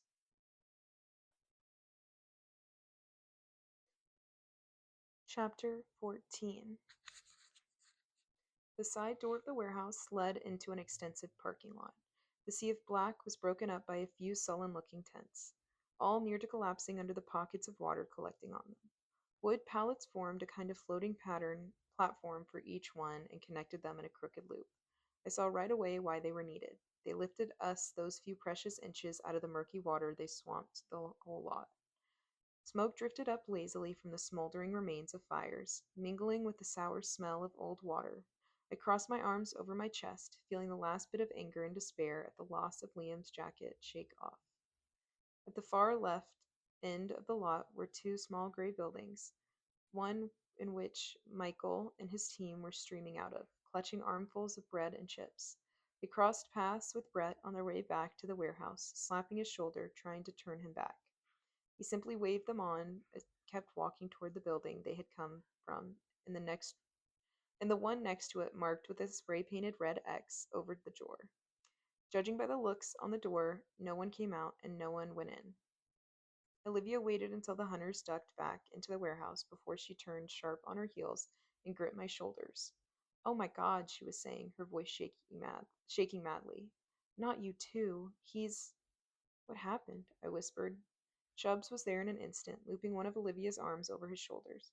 What the hell is going on? Wait, you actually do know each other? Jude cried. Chubbs yanked him forward, pulling him into our huddle. After I left East River, I was, well, there was no small amount of fury tucked into her words. I found a car with a few of the others, and we got away to Tennessee. I nodded, waiting for her to continue. Of course, the car gave out, the PSFs were on us the entire time, and we didn't really have a choice. We split up and ran. I took the woods and got pulled in by one of the slip kids' hunting parties. But I thought Fancy was this slip kid. Jude wrapped his arm around himself in vain attempt to stay warm. I elbowed him hard. Fancy? Olivia asked, startled. He nicknamed Clancy, I said, blowing out a long sigh. The slightest smile curled on her lips, only to be replaced by a burst of intense dark pain. Her hand floated up to her neck and pressed hard at her collarbone, as if she was trying to keep something in by force. You know what happened, right? I whispered. You know he was responsible? She nodded. I didn't want to believe it at first, but that night, when you guys tried to leave, I could see the way he was manipulating us, controlling us. Our security system was near perfect, and we always knew Gray would leave Clancy alone rather than risk exposing him. The only way they could have found us was if someone leaked the coordinates or provoked him. And the only one with a way to do it was... She slid her hand up the length of her throat, hiding the trimmer there. Before, at East River, I'd only had kind of a passing acquaintance with Olivia. Most of our interactions were colored by whether or not Clancy or Liam was around. If they weren't there, we barely acknowledged each other. She had been invested in both, in different ways. Liam was someone who had been easy to work with, who challenged her to think about what they could do for the camps instead of just biding their time deep in the woods. But Clancy had been the one she'd wanted to protect, impress. Like every other kid at that camp, he had been her savior, her everything. Fancy sort of suits him, she said finally, stepping out of my grip. We made our way carefully over the pallets, walking along the swaying trail of them. When their hunting party found me, I only went with them willingly because I wanted to get to Clancy, Olivia muttered. I wasn't even thinking it was strange he could set up another camp so fast or that he had gotten away at all. I just wanted to ask him why he did that to us. I think I would have killed him. A totally reasonable response, Chubbs assured her. Even more reasonable if you had done it slowly, with much fire and ice picks. Somehow Olivia didn't find that funny. Imagine my surprise when they dragged me in front of that hick, she said. The very first thing you told me was the only way I'd get out of this tribe is if they decided to dump my body in the river. I shook my head, trying to dispel the angry buzzing between my ears and focus on the here and now rather than what I was going to do to the bastard. What's his story? Knox's? Olivia glanced around, but we were alone. I can't get a straight one. Supposedly, he broke out of PSF custody a few years back and was holed up in different parts of Nashville until the flood. I don't know how he convinced the first kids here to join up, but I can tell you that most of us didn't join the tribe by choice. Jude's thick eyebrows were drawn together. Why does he hate the other colors so much? What happened? Olivia lifted a shoulder. Who knows? No one's willing to risk his anger by asking. We already have to fight for every scrap of food as it is. I was wondering about that. It seems like he doesn't even treat the blues he has here at all that well, I said. Are they staying because they're scared? She nodded to the trees at the other end of the parking lot, past the tents. If you were trying to make a run for it, you'd run into the patrol he set up. And if you run into the patrol, you don't come back. It's already hard enough that he takes everything you own and forces you to earn it back. But if you don't work hard enough or suck up enough or entertain him, you get sent out here or you get traded. Traded. Olivia was as close to tears as I had ever seen her. He That's how he gets food. You saw the blockades around the city, right? All the soldiers. He brings in the kids he considers worthless, and he trades them for smokes and food. Only now they've been asking for more kids and giving him less and less stuff to balance it out. I'm surprised they haven't just raided us, but I guess he's managed to keep this place a secret. I thought she was the only one trembling until I looked down at my own hands. Olivia bit her lip. And of course, he takes the kids in the white tent, the ones no one would know to miss. He knows I can't do anything about it, and they can't fight back. The one time I tried, he took two kids out instead of one. What about that kid Brett? I asked. He stood up for you. Could you? It doesn't work that way, Olivia said. He's different than Michael, but Michael's second in command. Brett might bring me things for the kids here every once in a while, but if Michael were to catch him, he'd be the next one gone. The white tent was exactly that, a large crooked tent strung up together by stained white tarp set off from the others. The stench of it reached us before the sight of it did. Olivia lifted the red bandana hanging around her neck to cover her mouth. The air was heavy, so thick with the stench of human waste that breathing became almost impossible. You just have to take him and get out while he still has a chance, Olivia was saying. As long as your friend is in the warehouse, you won't be able to get her, but you can take him at least. I can help you. You might be able to overpower the patrol together. Jude's hand clenched around my upper arm. It's okay, I told him. It's not an option. We won't leave her behind. He nodded, his face pinched with worry as he glanced back over his shoulder to the warehouse. Are they going to hurt her? I raised an eyebrow. I'm a lot more worried about what she could do to them. Olivia, Chubbs called softly, are you okay? She had stopped just outside the tent, her hands bunching up the fabric. She bowed her head forward, resting it against the flap. I'm sorry. I've tried so hard, but Olivia's voice was anguished. I'm the only one who will help them. He tried for a while, but I repeated, feeling my heart go very still. Who? Olivia blinked, her confusion marred by the scars on her face. You aren't here for Liam? I don't remember pushing past her, but I do remember my hands as pale as the fabric of the large tent, shoving aside the old bedsheet serving as the door. The stench intensified inside, combining with the sickening scent of mold and foul water. I blinked, forcing my eyes to adjust to the low light. The pallets underfoot creaked and groaned as I stepped inside, one snapping altogether. There were so many of them, at least 25 kids, in rows on either side of the tent. There were some curled up on their sides, others tangled up in thin sheets around them. And there was Liam, right in the center of them all. I lied before. To Kate, to the others, to myself. Every day, every single day. Because here was the truth. Here it was, tearing up out of me, drawing my feet toward this far corner of the tent, rising like a whimper. I regretted it. Seeing his face now, the way his cracked and bruised hands curled softly around the pale yellow blanket draped over him, I regretted it so much, with such a sharp ache, that I felt myself begin to double over before I had taken a single step toward him. For months, his face had lived only on computer screens, his scowl captured forever in digital files. It was locked in my memory, but I knew firsthand how memories warp and fade as times passed. It was so selfish of me, so terrible and sick, but for 3 long heartbeats, all I could think was I should have kept him with me. I missed him. I missed him. I missed him. Oh my God, I missed him so much. The tent was still and so quiet around us. I brushed a finger against the edge of his blanket's pilling fabric. Someone had stripped him down to a gray t-shirt. His bare feet stuck out toward me, pale, tinged with the faintest blue. I let my breath go out of me in a single blow. The last time I had seen him, his face had been mottled with bruises and cuts, courtesy of one bad escape attempt from East River. But this was the face I remembered, the one I'd seen on the first day in the minivan, the one that could never hide a single thought. My eyes drifted aimlessly from his broad, clear brow along the edge of his strong, unshaven jaw. That full bottom lip, chapped and cracked from the cold. His hair matted and darker, too long even for him. The air that filled my chest went out in a terrible wheezing rattle. I reached out, trying to stop my hand from shaking as it settled on his chest. I wanted to count the space between breaths, reassure myself the shallow movement was still movement. It was only a faint touch, but his eyes blinked open.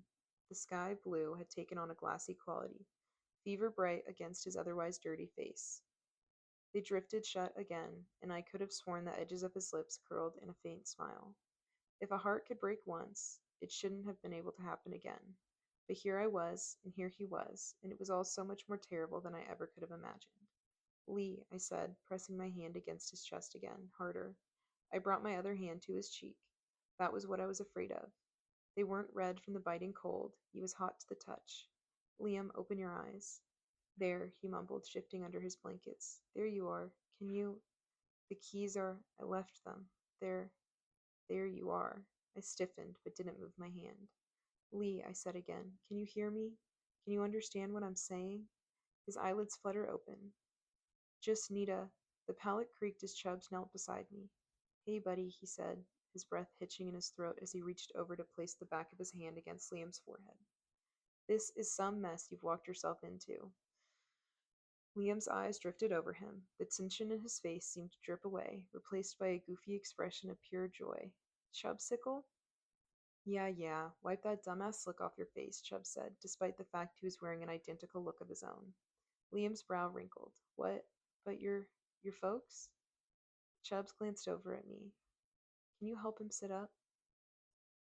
We each took an arm and tugged his dead weight into an upright position. Liam's head lolled back, his head falling into the curve between my shoulder and neck. My fingers skimmed the lines of his ribs, catching on the bone. He was so thin, I pressed my fingers to the knobs of his spine and tried very, very hard not to cry.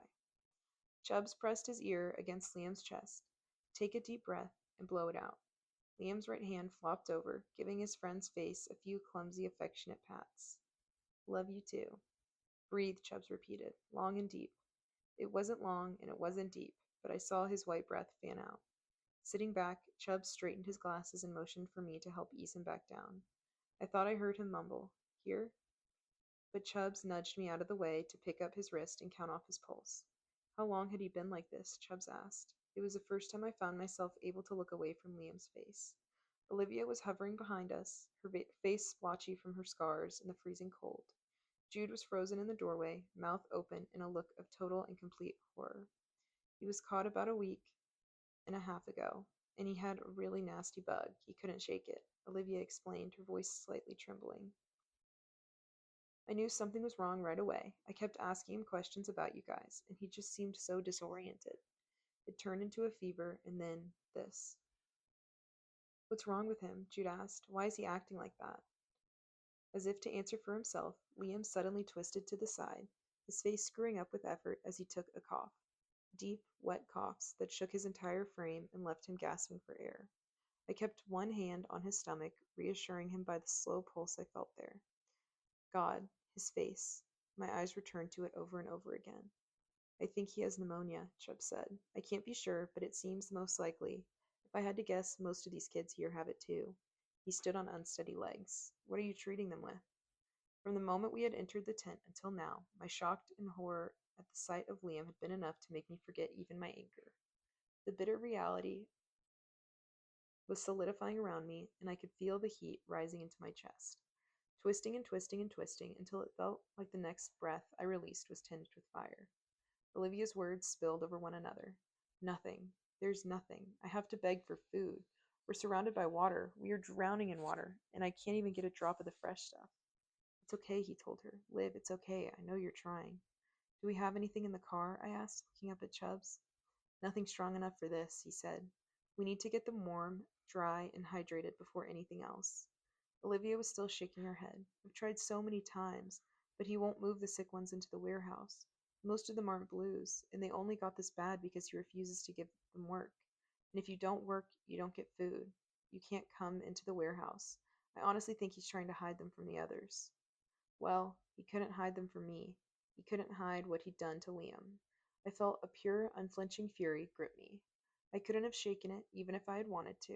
I was on my feet, storming toward the flap, and there was only one thought in my mind, streaming through again and again, driving the anger deeper until I felt like I would explode with it. Where are you going? Jude asked, stepping away. Ruby? I'm going to take care of this. It was a strange voice, calm, certain. Absolutely not, Chubb said. What happens if someone catches you swaying him? What do you think he'll do to you? Sway him? Like the way Clancy would have? Olivia asked. Her eyes went a touch wider with a nod. Oh, I thought. I wondered why he was so interested in you, why he fought so hard to keep you from leaving. Jude, I said, help Chubbs. You guys need to figure out if there's a way to get a fire going in here without burning the place down. You remember how to do that, right? He nodded, his expression still screwed up in misery. You have to do something. We have to stop him. Make him see this isn't right, please. Ruby, Olivia called. Her voice was clear with each word cut from stone. Ruin him. My mind was buzzing, waking from a long, unwelcome sleep. It had been a while, hadn't it? My right fist clenched at my side, as if each finger was imagining how it would feel to wrap around his throat. It would be easy. All I needed to do was get close to him. I knew it was what Clancy would have done. He thought it was our right to use our abilities, that we had to give them for a reason. We had to use them. He said to keep the others in their place. The silky quality of his voice slipped through me, a shudder following like an echo. His dark eyes had been wild when he said that, burning with the conviction. I had been terrified of him then, at what he could do, and how easily. I had those abilities too. For whatever reason, whatever science that locked away on LeaderCore servers, I had the right way to know every wrong Knox had brought onto these kids, and Jude, he had turned to me without hesitation, with full faith, like it was the most natural thing for me to take care of this. I was beginning to see how it was. Ruin him. I'd do more than that. I was going to humiliate him, bring him low, leave him an empty shell whose only memory was my face. I would chase him into sleep. I would make him regret the moment he decided to keep Liam here and leave him outside to die. Be careful, Jude whispered, stepping aside to let me pass. Don't worry about me, I said. If you can find a black coat around here, check its pockets to make sure he doesn't find the flash drive and take it out too. Later, Gator, he said. In an hour, Sunflower, I murmured. I could feel Chubbs' eyes on my back, but I didn't turn around. I couldn't. Not without the fear that I'd be forever frozen in this exact spot, watching Liam waste away into nothing in front of me. I am here, I thought, as I stepped out into the rain. He is here. We are all here. And we would be leaving together. Today. Chapter 15. The boy guarding the door into the warehouse couldn't have been much older than me. But he did stand a good deal taller and wider. A few months ago, that would have been a real obstacle. Stay where you are, he called out, watching me stalk toward him. You're not allowed inside no more, not until Knox says so. They had given him a gun, but I could tell by his grip he either didn't know how to use it or he didn't want to. I reached out and brushed my fingers against his outstretched hand. I stopped the memories before they could bubble up. Anger made my abilities sharper somehow, more efficient. Sit down and stay down, I snapped, and I shoved the door open. Our combat instructor had once told us that, when you were trying to settle a dispute without violence, the least productive emotion you could have given to was anger. No one can reason with one another, so furious she could barely see straight. Well, I thought it was a pretty productive to getting my way. I let the wind slam the door shut behind me. I stood in the dark, blinking to adjust my eyes to the light. I felt a movement at my side. A solid, thick shoulder disappeared directly in front of me, blocking both my path and line of sight. I followed the line of green coats up to Brett's grim face. You can't be here, he whispered. I felt him try to press something into my hands and glanced down. He had taken his hat off and stuffed it with tiny packages of saltine crackers. Take this and go back before he sees. I had just wrapped my fingers around his wrist when the eyes up on the platform finally picked me out of the shadowy crowd. Well, well, well, Knox called. Look what the wind went and blew in. I glanced around, surprised to find nearly twice as many kids scattered around the space as before. Most were up near the platform, seated on the ground in circles with bags of chips and cereal boxes out in front of them. They were dressed in shades of gray and white. Hunters, back from their hunting? The boys and girls at the far end of the warehouse were stretched out on the cement, moving just enough for me to see that they were breathing. I didn't see any food or fire near them. I forced a deep breath in, relaxing my face into a fake smile. I had to work this slower, get him to drop his guard so I could get closer. Every nerve in my body was screaming for me to move, run, grab him. My heart throbbed with the refrain. Now, now, now. But there were too many bodies between us. Too many hands with guns. Knox leaned forward in his chair. Something you want to say? I noticed Vita then, her shock of electric blue hair shining over his shoulder. She moved carefully, long lips graceful as she swerved and slid through the bodies on the stage. The look on her face told me everything I needed to know. If Knox made the mistake of leaning back in his chair just then, she would have gladly found a way to break his neck. Okay, I mouthed to her. Vita nodded, her eyes flicking down to Knox, then back to me. I knew what she was telling me to do. Michael stood from where he'd been pawing at some poor shaking girl's chest, and he blocked Vita from my sight again. I was just wondering what it would take to convince you to let me go out on hunts, I said. I slipped my frozen hands into the back pockets of my pants and walked up to the stage. To let me go out and get supplies for everyone? Knox threw his head back and laughed. Several of the girls and younger boys sitting on the platform around his feet forced out breathy laughter of their own. My skin prickled. It sounded like a pack of dogs with sliced vocal cords that were trying to bark. I felt a body move behind me, coming up at my back. I didn't turn to see who it was. These kids weren't about to force me out through intimidation. Michael could hit me. Brett could haul me back outside by force. But what could I do to them that went beyond the physical? You? Michael scoffed. A green? What's the matter? I asked. Don't tell me you're afraid I'll prove there's nothing special about you blues after all. I've heard you guys were all brawn, no brain. Just like I thought, he definitely wasn't used to being spoken to this way. The bully in him was fascinated and very, very angry all at once. Most likely because everyone around us looked like they were starting to wonder why I couldn't go out and get them the supplies they obviously needed. Knox stood slowly, tapping the ash from his cigarette out on the ground. Come here, I thought. Come here and let me in this. The trickle began at the back of my mind, turning to a full-on roar. I could do this. One step closer, and I'd show him why they ranked my kind as orange, and his only was blue. I would tear him down.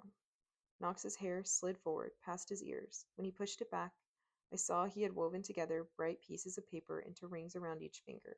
They almost looked like the project of a bored kid would make with candy wrappers. I didn't know what the hell they were or why he was wearing them, but it gave me an idea. How about a trade? I asked. No work, no food, right? You let me join one of those hunting teams so I can eat, and I provide enough food to feed everyone for the winter. Knox scoffed, rolling his eyes. I'm not lying, I said. You saw what we had in our packs. That's just what we could fit in our bags. We had to leave tons of it behind. Vita's met full petal pink lips parted, a silent question dripping from them. Of course I was lying. She knew that. Come on, I thought. He'd have to accept. I could feel the mood of the kids around us shifting with eagerness. They watched me with new light in their eyes. There was canned food, walls of it, and gallons of clean toilet water, toilet paper even, I added. Because let's face it, there are some things you want but don't necessarily need. Clothes, blankets, you name it. You could stock this place nicely. By the time I finished speaking, it was so silent I could hear the plink, plink, plink of water dripping from a nearby leak in the roof. Oh yeah? And where is this wonderland? Half past nowhere, straight on into your imagination, Knox was pacing across the stage again, still blocked by the kids sitting at the edge of it. If he didn't bite soon, I was going to have to jump there myself. Why would I tell you, I asked, when you won't give me what I want? That was how relationships worked these days. No one did anything for each other unless it benefited them in some way. Knox had clearly seen enough of the world we lived in to figure out his, too. But he didn't like it. Come on, I thought, fuming. Come on. With one jump, he was off the platform, and I was shoved back by an invisible set of hands onto the cement. My teeth clacked against each other, and I just missed losing the tip of my tongue between them. Michael's booming laughter around me, like it was echoing off the timid, silent figures circling us. You think I need to trade you something? Knox spat. You think I don't have other ways of making you and your friends talk? My hands pressed flat against the ground, wrists throbbing from the impact. This kid had more pride than greed, something I hadn't expected. He didn't even see that more food and supplies at his disposal meant more power for him. All he saw was the little girl who claimed to know better than him, who was giving him a solution to a problem he had created and stirring up unwanted questions in the kids around him. Even if the kids didn't believe me, they wanted to. Sure you do, came Vita's voice, but are you willing to risk waiting when the National Guard is going to be back to clear the joint out? She made herself comfortable in Knox's seat, to the visible horror of every kid nearby. Michael whirred back around, fury rising from his shoulders like steam. Knox, you gonna take that from her? Don't tell me you're scared of a few little soldiers, Vita continued, inspecting her broken nails. Is that why you keep trying to prove her wrong? Because you're scared of what'll happen if she's right? Come on, came Brett's voice somewhere near my right. You have to admit it sounds too good to be true. We've been up and down the river a million times looking for food, and never found so much as an empty bag of chips. So you'd blew an opportunity like this? I asked, after you already saw the proof? For his rough exterior, Brett was surprisingly reasonable when it came to hashing things out. I could go with her, make sure she's not pulling a fast one. I'd be happy to take another trip back with the team and get the supplies. Oh, you could? Michael snarled. You'd be happy to. Whose team are you talking about? Mine? You think I don't know what you're trying to pull, dickhead? That I haven't been watching your weak ass attempts to steal my game? Knox held up a hand, stopping them before they could start circling each other like starving feral cats. The answer is no. Not now, not ever. I should have known, I said, pushing myself onto my feet. You left those kids out in the freezing cold to die. Why would you even care enough to give everyone here the food and supplies they need? You can push someone's buttons over and over again until you get what you want, but there comes a point when your finger slips and you finally hit the wrong one. Michael, Knox murmured, suddenly very quiet. Vita had worked enough of his spell over the room that he took calling his name once or twice to get him to snap out of it. Take these two. Pearls of girls outside. Knox, Brett began. What about the supplies? Knox's fist flew out fast, clipping the other boy under the chin. Take them outside. If they're so damn eager to be hunters, then they can prove it at initiation tonight, like everyone else had to. Vita pushed herself up off the chair and dropped onto the floor next to Knox. Whether he meant to or not, his eyes flicked down her face and body over every exposed inch of rich, dark skin. If you get through it, you're on. But if I see your faces one more time before I send someone to get you, I will burn them off myself. Shake on it, I demanded, fighting to keep the smirk off my face. I snuck out my hand, my head trilling with anticipation of how it would feel, of what exactly I would do to bring him as low as he had brought everyone around him. Knox came toward me, his face steeled, jaw clenched. He raised a hand toward mine, and just when his fingers came into reach, he, sh- he shifted to grab the loose end of my braid. It came down to him being just a second faster than my instincts. He pressed the burning red end of his cigarette into my palm, snuffing it out against my skin before shoving me away.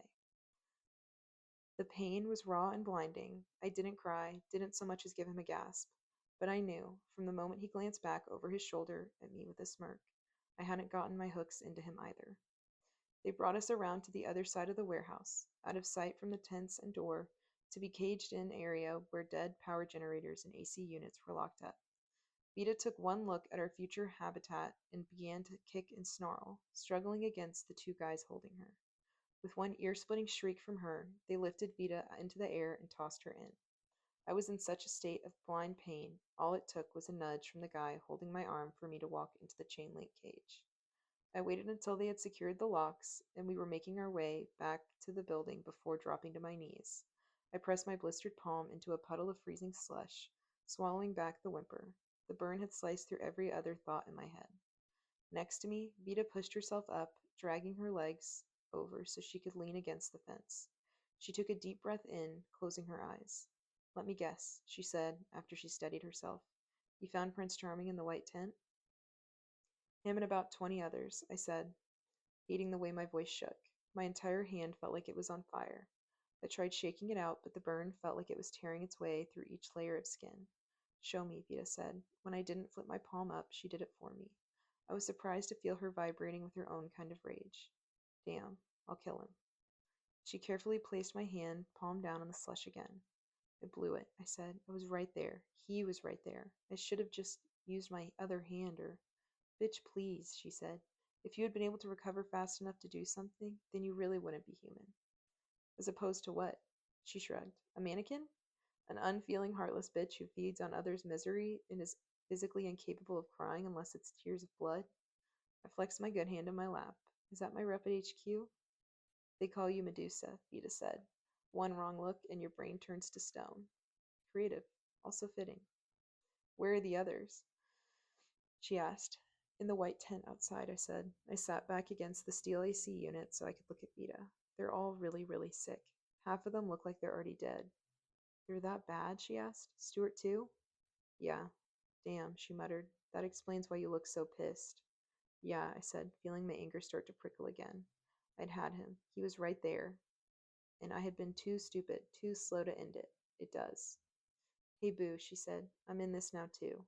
And I got a lot of experience playing assholes like they're fucking harps. You need to back up. You need backup. I got you. Stop trying to convince yourself that you're in this alone." I looked up, surprised. "But just so you know," she said, sounding like herself again, "it turns out that we have to fight each other for this initiation shit. I'm going to kick your ass." Chapter 16. We were locked up long enough that what little sunlight was there had seeped into the winter's early night. Long enough that hunger started to set in, for a fine mist of rain to turn to flurries of snow, and a worried Jude to leave the shelter of the white tent and come looking for us. Without any kind of electricity to pump through the light poles in the parking lot, it was damn near impossible to make out anything other than someone's or something's general shape. I gave up looking for a friendly face and turned my attention back to the kids standing at the corner of the warehouse, about 100 yards from where we were locked up. I was so absorbed in the horrifying conversation they were having about Knox putting down a wild dog, I didn't see Jude until he popped up at the other end of the cage. "Rue," he whispered. "Rue!" Vita whirled around, reaching for a gun that wasn't there. "How did you—" Holy crap, holy crap, holy crap. I had to go the whole way around the building to get by without them seeing me.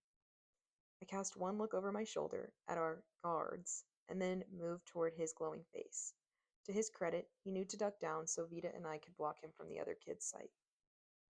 "What happened?" The chain-link fence rattled as he pressed himself against it. "I thought you were just going to chat with him. But you were gone so long. Oh my God, why are you in there? And what did you do?" "Chubbs was—" "Jude," I tried to interrupt. "Jude." And then I was all, "No way, Rue wouldn't let anything bad happen." But Olivia started saying all these terrible things that Knox had done, and we couldn't find the flash drive on him, which means it must still be in that jacket. "Jude." He stopped mid-ramble. "What?" "I need you to go ask Olivia where they stored the jackets and stuff they swipe off the kids they recruit," I said. "Why?" Jude asked. "To try to find Liam's?" Vita snapped her fingers, cutting them off. I shot her a grateful look. No, no, we don't have time to look through them all. And another kid might have grabbed it. We need Liam to be able to tell us what happened to it. What I want you to do is find the jacket I was wearing. The leather one, remember? The chatter is inside the left pocket. That's all you need to get. He stared at me, clearly not comprehending this. The chatter, I repeated. Vita oh so helpfully poked him through the fence, directly between his unblinking eyes. In the inside left pocket. Can you get it for me? You want me? Yes, Vita and I both hissed. He hesitated for a split second, then broke out into the biggest, goofiest grin I had seen in a long time. All right, cool, he said. Of course, I can do that. Do you think I'm going to have to pick the lock, though? Because I never got that one door open at HQ when Instructor Bigelow tried to teach me. Wait. Jude looked from Vita's face to mine, the bright eagerness in his eyes fading quickly with his smile. Why are you guys in a cage? Very quickly, with as few interruptions from Jude as we could manage, I told him what happened. Which means you can't go right now, okay? You have to wait until tonight, when we're doing the initiation. What is it? He asked. Some kind of fight? Doesn't matter, I told him. You can do this. It's simple. We'll have most of the attention on us, so you just need to find the right moment to slip away. Then you need to contact Kate and have her put Nico on the search for a place we can hit for whatever medicine Chubbs needs.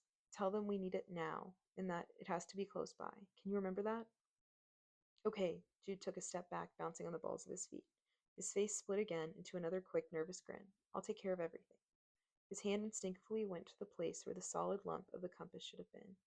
Where is it? I asked, startled. They took it. They brought when they brought us in. It's cool. It's fine. I'll find it. It's probably in that room. Are the others all right? I asked. Liam?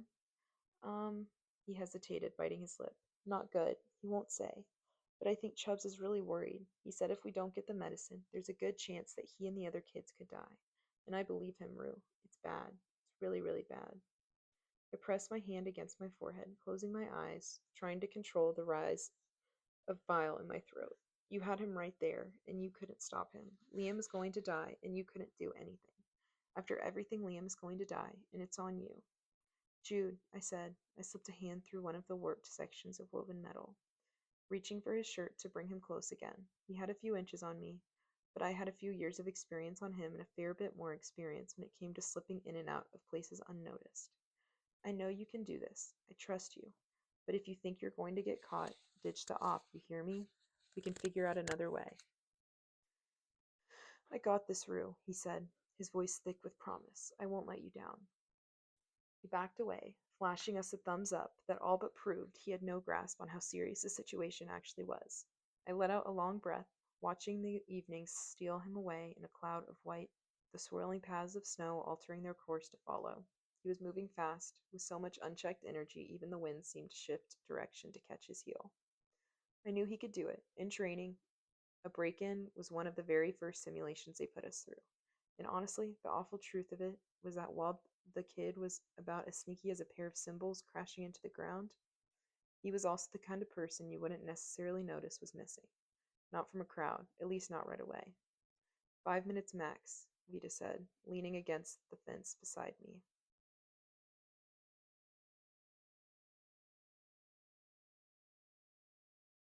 That's how long I give it before his skinny ass gets caught and handed to him. Then we'd better put on a good show, I said, closing my eyes enough against the snow, and give him a fighting chance. They came for us silently, emerging from the night's cold, clammy hands like a ghost. Stop, I muttered to Vita, the kid shoving us forward. 6 in all, eventually divided between girls and boys, in their very best white, didn't speak a word. The old linen sack slipped easily over my head, but Vita wasn't about to let them dull a single one of her senses. It's okay, I coped. Stay with me here. Every limb and joint felt heavy and stiff. Just walking sent a spike of pain through my shoulders and hips. We made a sharp turn back in the direction of the warehouse. I felt the water from the parking lot splash up over the tops of my heavy boots and grimaced. We'd be inside soon enough. At least it'll be dry. But the metal door never groaned. It never opened. Vita must have been guiding her along the similar line of thinking, because I heard her say, Ruby, once a mumble as it rolled past her lips. Stay with me, I said again, because what else could I say? It'll be okay. I remembered when I was little, my dad used to take me to some of the high school sports games, football mostly, sometimes baseball. He loved a good game, any game, but what I liked best was just watching him, seeing his whole body turn to follow the path of an incredible pass, the grin that broke out when the baseball flew over the far fence. Dad knew the cheers for each team by heart. So I recognized the tone when I heard it, the growls of a hungry crowd, the pulsing beat of clapping hands as they finally found the same rhythm. I set my teeth on edge, long before the fire smoke curled into my nostrils. I stumbled again and again as the kids pushed me forward, dragging me over the crumbling edges of pavement onto the soft, sinking earth. Back again onto the ground was harder, solid. The wave of scorching air brushed my arms as they led me past what felt like a wall of fire. I couldn't hear my own thoughts over everyone else's voices. I thought just for a second I heard Chubbs bellow out my name and a softer girl's voice echo it back. Ruby, Ruby, Ruby, and something else too. They herded us right back into a small crush of bodies, and it felt like every single one was trying to push back, to keep us from getting in. The minute my face was clear of the mask, I sucked in a lungful of warm air, trying to shake off the feeling I had 1,000 pins pumping through my veins. There were too many faces around me, too many big eyes, cracked lips, scarred faces. The sight of them, the smell of their unwashed clothes and bodies combined with the earthiness of the smoke until it became something else entirely. I craned my neck around, searching for Chubbs's face through the hands were stretched out toward us. Firelight flickered in the dark. I found him eventually, Olivia by his side. Jude, thank God, was nowhere in sight or earshot. But the wave of relief that washed over me at the thought only lasted until the terror came spilling over their faces, their lips, their entire bodies as they tried to push their way forward. The panic buzzing at the back of my mind drowned my ears with some kind of almost white noise. Olivia had her hands around her mouth, shouting something to us. Dead, I thought. We were in another building, likely the one I'd seen set off to the side of the warehouse. Part of the roof and eastern wall had collapsed in on itself, forcing us to drag our numb, exhausted bodies over the piles of down cement and twisted metal. It was another, smaller version of the warehouse, nearly burned out by the look of it. The walls and cement floors were bare, with the exception of the black shadows the kids were projecting onto them. At the very center of the room was a large ring of metal trash cans. Golden flames leaped up past their lips, stretching out towards the kids in white watching from overhead. In Thurmond, the factory had been set up in a very particular way to ensure that all of the PSFs would be able to watch a building full of freaks do their work. The floor plan there had been open, much like this, and stacked in the very same way. Hanging overhead were two remaining metal pathways. Low, hanging rafters, really. It was a sea of white up there, Knox positioned comfortably in the middle of them. Sitting at the edge of the rafter, Michael sat at his right, leering down at us with a can of something at his side. At the sight of their grinning faces, my hands pulsed in pain. I pressed the flat against my pants, my mind racing as they pushed Vita and me through to the center of the circle of fire. Damn it. We really were going to have to fight each other. I glanced over, watching as Vita ripped the old sack off her head and threw it into the nearest flaming trash can. The veins in my neck were bulging with anger.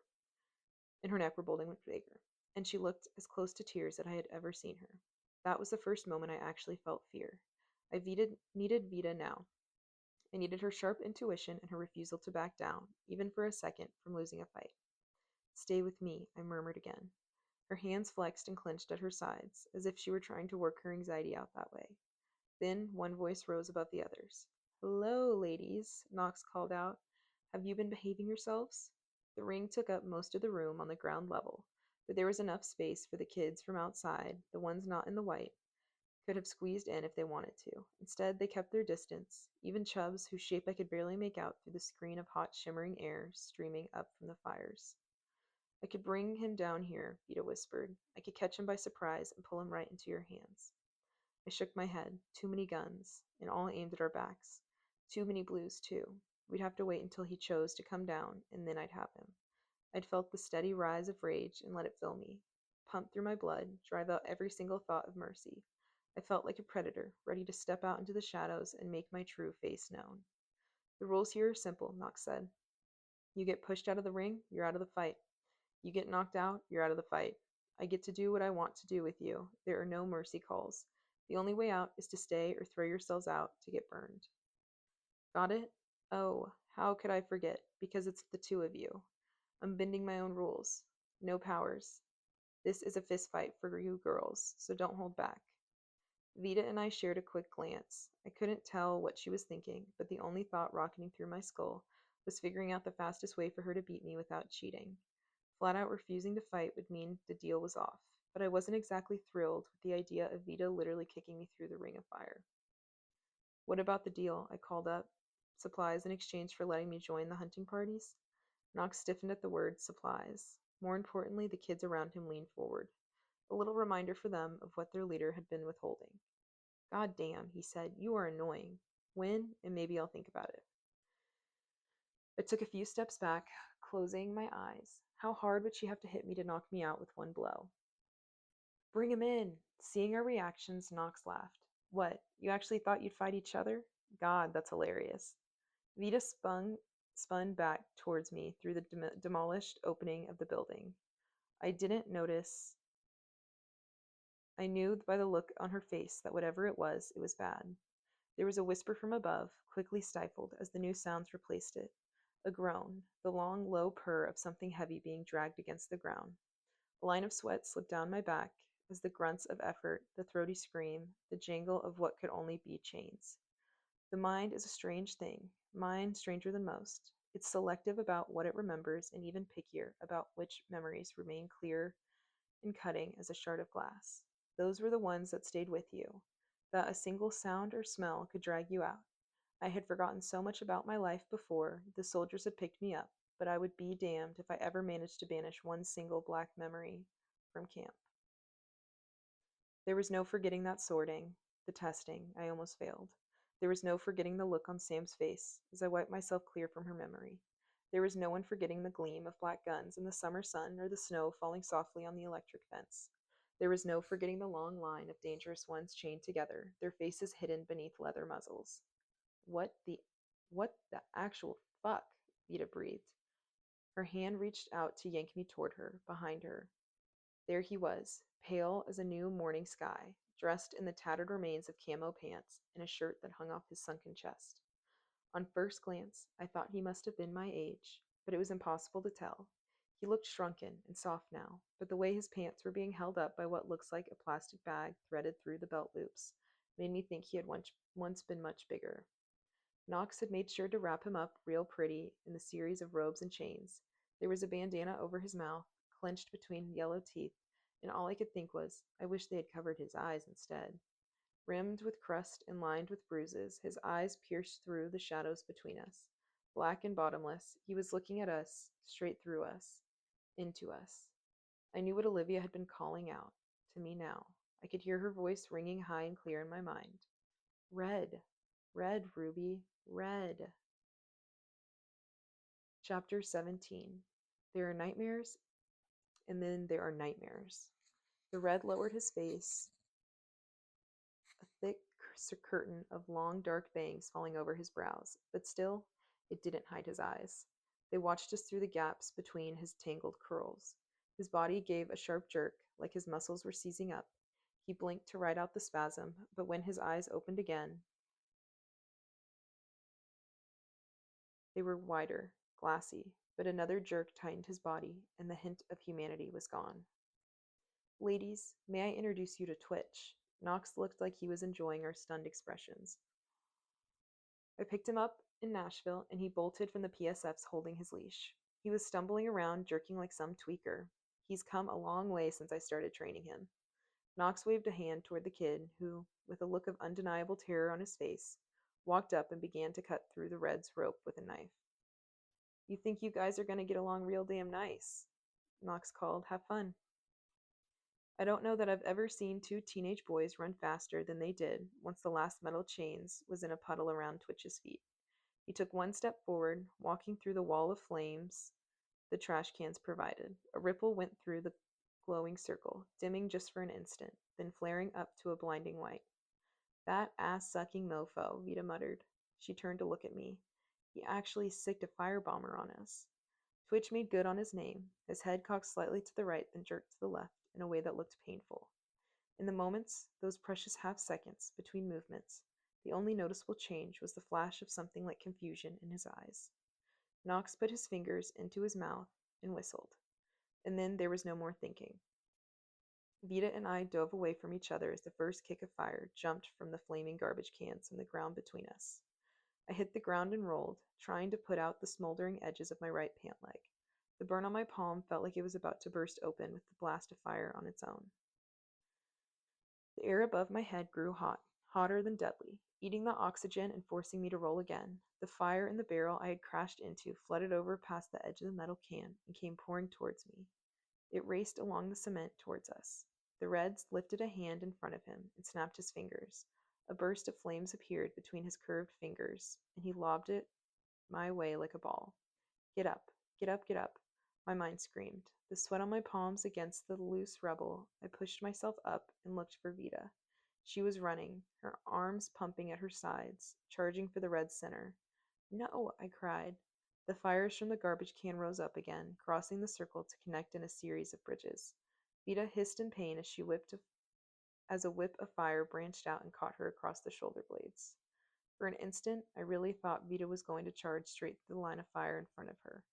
There were only two between her and the red, and they were there, burning golden red, lighting her skin to a warm, earthy brown. V! She landed on her hip, sliding the last few feet of distance straight into the red's legs. He went down with an inhuman roar of protest. That he was only bounced back to him by the kids in white watching from above us. I risked a look up. Most of the garbage cans were still burning, as were the patches of cement where the lines of fire had collapsed. I stomped one out as I ran toward Vida. Twitch surged up off the ground, throwing Vida off him with a fierce, pulsing hatred that filled the space between us. I got there to catch her before her burned back could slam into the ground. My vision blanked as her head made impact with my jaw. But I didn't let us fall. I hauled her right back up onto her feet. I only had sparred against Instructor Johnson once, and the fight had lasted about 15 seconds. It had been right at the beginning of my training, when he needed to evaluate my skill level. I walked with a limp for 2 weeks and had two hand-shaped bruises on my upper arm for twice as long. Instructor Johnson would have wilted like a flower, like a daisy under this red. Twitch was no longer twitching. His movements were sharp, precise, schooled. Something in him had clicked. Vida and I danced away from him time and time again, twisting and bending to get out of the way of his fists sailing towards our faces. And I had thought the kid looked scrawny. Come on, ladies, Knox heckled. This is so boring. I caught Vita's arm before she could launch toward him again. Pulling her back a few steps, Twitch didn't follow immediately. Instead, he kept his half of the circle, pacing back and forth like a panther, military-issued boots squeaking underfoot. It was time. It was the first time I had been able to think this entire fight. My body shook with exhaustion and pain. Think. He hadn't been able He hadn't been in the rehab camp, not recently at least, maybe never. But then, where would his gear come from? Twitch didn't seem like he had enough independent thought to rob a National Guard station. In fact, save for the brief burst of confusion on his face, it didn't look like he had any independent thought at all, which meant, no way, I thought, it's not possible. But at this point, what wasn't possible? Jamboree, I gasped out to Vida. She blinked. No shit? Vida knew Operation Jamboree the way some kids know about ghost stories, from whispers and the dark dreaming of her own imagination. President Gray's secret army of trained Reds was common knowledge in the League. They'd been trying to leak information about it for months with no success. The whole thing, apparently, was too preposterous for the Federal Coalition to believe, and the internet watchdogs snagged and blocked any reference to the project before word had chance to bleed out to international papers. What Vida didn't know was that the original idea had wormed its way out of the most warped corner of Clancy's mind. He had been the one to plant the idea in the president's and all the advisors' minds. Right up until the moment his father had finally realized what his son was doing, Clancy had played a key role in the Reds training program. My whole jaw hurt from where Vida had nailed it, and my lip dripped with blood. I spat it out on the ground, swiping an arm over my eyes to clear the stinging sweat away. How had Clancy planned to control them? The red was acting like his brain had been shattered by rage one minute, while the next he was carefully trained soldier. He was clearly disoriented, not following anything other than his instincts, all of which I knew looked like they had been reprogrammed to one setting: kill. God, I thought, fury cutting swift and neat through my fear as I watched Twitch. God, what did they do to these kids?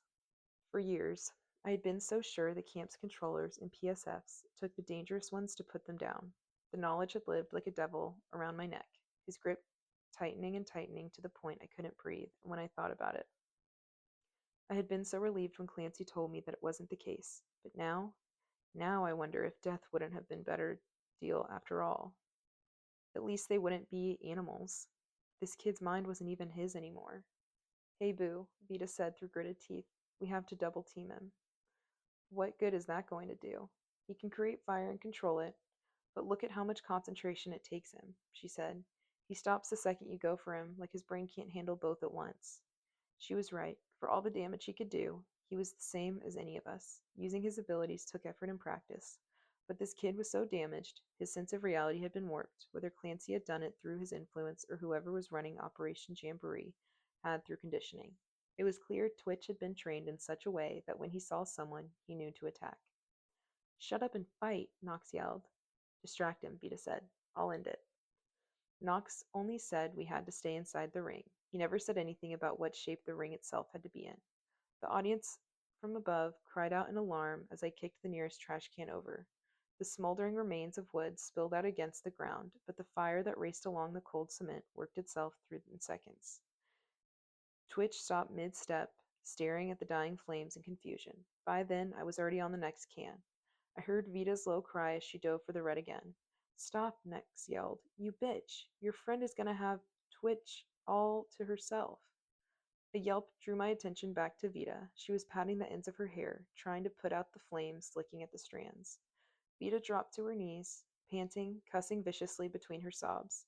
I started toward them, but the fire around the bins surged up and out again, twisting into shimmering webs of intense heat and light. Don't, Ruby, Vita screamed. Twitch had one hand closed around the back of her neck. The other was raised high above his head. A sliver of fire slipped up from the nearest garbage can, curling around his fingers and wrists like a snake. They were screaming in the rafters, but the one sound we needed to hear, it never came. Knox wasn't going to stop him. No one is going to stop him. I brought my fingers to my mouth and tried to imitate the noise Knox made, but I couldn't get a strong enough breath out of my chest. The smoke stung my eyes and burned my throat. He's going to kill her. He's going to kill her. There's no other option this time. Red, I shouted, my voice hoarse. The boy looked up, and I had him.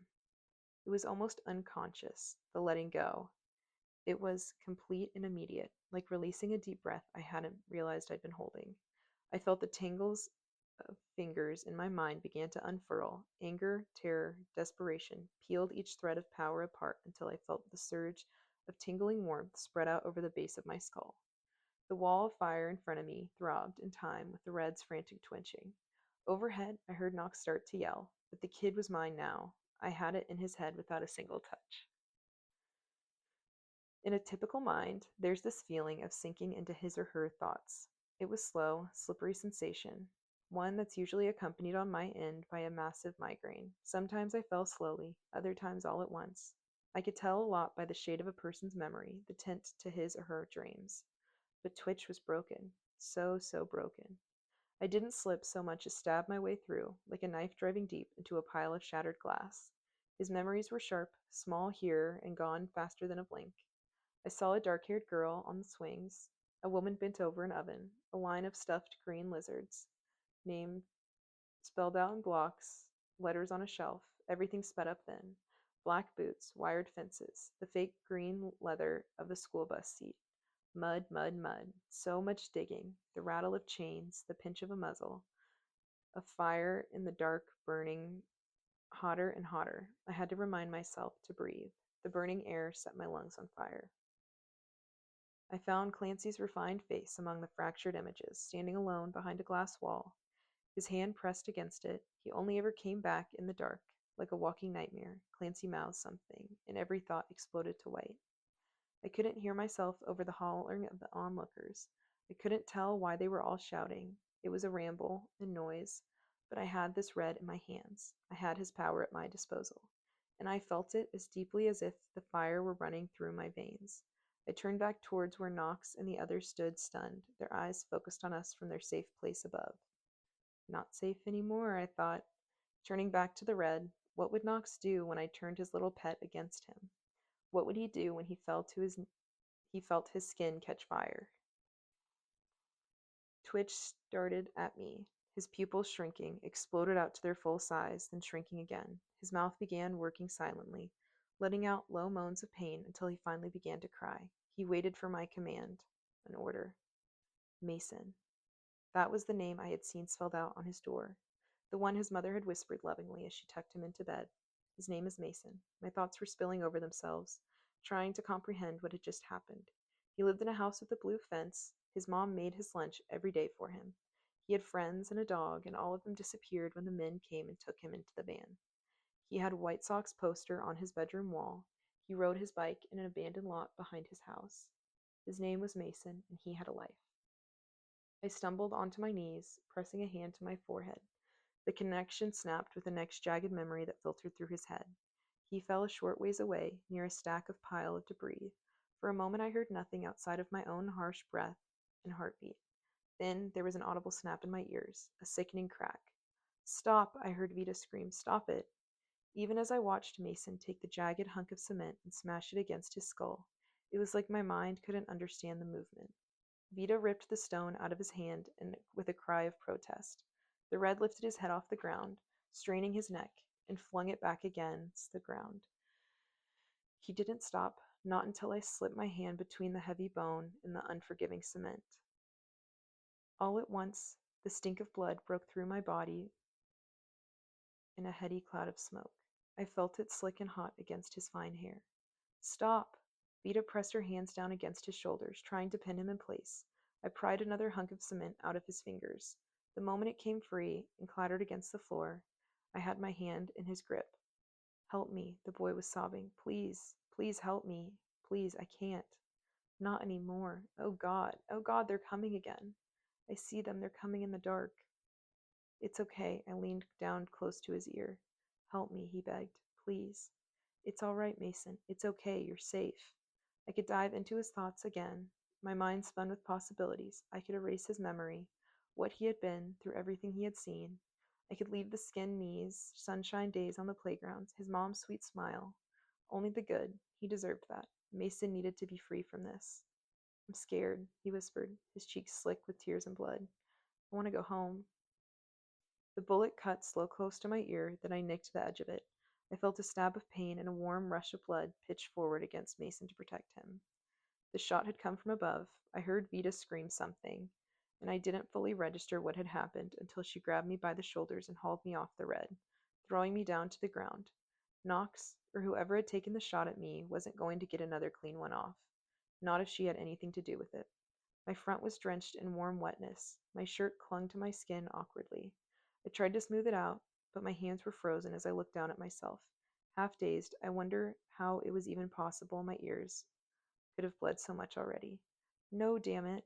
Vita's voice rose above the buzzing in my ears. No goddamn you. I pushed myself upright and turned toward her horrified face. The faint hum in my ears sharpened, distilled until I could make out the distinct crying and whispers from the kids above. They were all looking at the red boy, watching the blood bubble up from where the bullet had lodged in his throat. I watched him choke and sputter, his hands clawing at the ground. The space between his breath hitched longer and longer until the last exhale came in from a strangled sigh. I couldn't speak, couldn't hear, couldn't see anything but Mason. My hands rose in front of me with a life of their own, my eyes fixed on the pool of blood that spread across the cement until the edge reached my knees. I missed, Knox said. I craned my neck around, watching as he lowered the silver handgun just a tiny bit. Oh well, Mama did say it was important to throw out broken toys. The fury rose in me like a fever, burning away every last trace of reluctance, and I didn't even have to think about it. There wasn't a choice to be made. I pushed myself onto my feet, whirring back toward him. He only had to look at me, flick his gaze toward mine with that arrogant smirk. I felt the rising wave of anger distilled to a perfect piercing strike. Knox's mind rose in my own like a hot blister, swelling and swelling each time I brushed it until finally it burst, and a gush of liquid memories came pouring out. I didn't have the patience to care or care to examine them. Ignored the thick, congealed memories of fists and belts and hangry words that blew up like bombs in his world. I pushed through military academies, buzzed hair, beatings. I pushed until Knox had dropped to his knees. It was like the air had been sucked out of the room along with everyone's voices. The fires crackled as they devoured the rest of the woods and the barrels. I heard Vita drag herself toward me, sucking in a sharp gasp of pain. It was like their faces were in orbit around us. There was no one else in the world besides him and me. Knox, the boy next to him, said, his gun still leveled at us, but he risked a glance down at Knox. He watched, the same way we all did, as Knox threaded his fingers through his hair and began to rock back and forth. Come down here, I said coldly, right now. A few kids made weak attempts to grab him and keep him in place, but he fought past them. I felt a thrill of power at the thought. The hold I had on him now was so strong, he would have fought them off to get to me. He flipped a rope ladder over the edge of the walkway and began to work his way down. What's going on? Someone shouted. Knox, what the hell? Knox stumbled past Vita, who was watching this all with wide eyes from the ground. I'm not sure if she figured out right then, or just wanted to take the advantage of the moment, but she lifted her face, streaked with soot and sweat. Her foot swung around, tripping him, sending him sprawling across himself to the ground at my feet. Are you happy? She yelled to the kids around us. Did you get off watching that? Did we pass your stupid test? Apparently, there was only one person who decided whether or not a kid passed, and that was the one who had dropped down to his knees in front of me. I want you to apologize, I said, now, to Mason, to all of these kids for what you did to them, for never giving them what they needed or deserved, for making them fight another kid and pretending like that was the only way to survive in this world. I knelt down in front of him. I want you to apologize for the kids you left outside to die, the ones you said were worthless and who treated like they were invisible, because unfortunately for you, they weren't invisible to me. Sorry. It was a frail whisper, a shadow of a word. Several kids gasped, but more were stunned into speechlessness. And still, I could tell by the fence around me.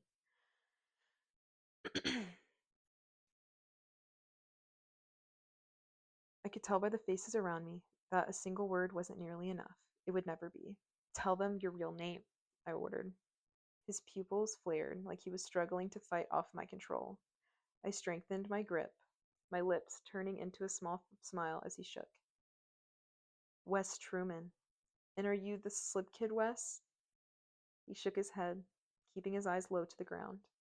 Tell them how you've been getting supplies, I said, letting Frost chill the words. What happens to the kids in the white tent when you need a pack of cigarettes? I could hear footsteps shuffling up through the loose rubble and debris from the collapsed wall, but I kept my eyes focused on the pathetic boy cowering on the floor. I trade them. With the PSFs? I pressed. He bit his lip and nodded. The silence came crashing down around us, startled cries, wordless screams, weak protests, and one word repeated over and over again. Orange. Someone take her out, a boy shouted. Take the shot. She'll do that to all of us. You know what I am now, I called up to them. But that also means you know that every word that just came out of his mouth is true. You've been lied to all this time and treated like you were worthless and incapable of making your own choices. But it stops tonight, right now. I turned to look back at Knox, who stared numbly at his upturned hands. I want you to leave tonight and never come back. Unless, I began looking up at the faces above me. Any of you have a problem with that? There was some part of me that must have known that a good number of them stayed silent out of fear. The boys who had protested before fell silent the moment my gaze crossed them, their hands strangling the guns in their hands. You all agree, I thought. You do and always will. It was so simple, all of it. Those same boys nodded and drifted back into the shadows. All I had to do was push the right image into their minds, shifting quickly among the 4 or 5 of them before they knew what I had done. I looked down at Knox. My lips peeled back in disgust as I flooded his thoughts with visions of my own. Him struggling out in the freezing snow, him coughing, weak, unable to defend himself as he moved further west, disappearing forever. I wanted him to experience every bit of disorientation and pain and fever that Liam had. I wanted him swallowed up by the world that created him. I watched him stand up, cutting his hands on the rough ground. He moved slowly, staggering out through the kids crowded around the collapsed wall. For one brief moment, I thought that they would turn him back and then turn on me. But the girl in front, Olivia, took one giant step aside. She crossed her arms over her chest, watching him go with cold, unflinching eyes. A noise rose through the rest of them as they followed suit, clearing the path. A hissing, spitting, snarling noise that conveyed what most words couldn't. Then the ones perched safely above us echoed back, letting months, even years of pent-up anger and fear and hopelessness escape with it. The intensity of it was suffocating. I reached up and pressed a hand to my throat. My pulse raced beneath my fingers. He was there, and then he was gone.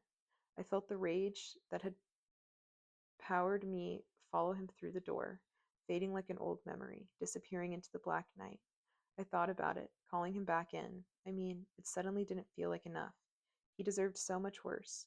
Why had I even given him a chance when he hadn't found it in his damn black soul to give one of the other kids around him?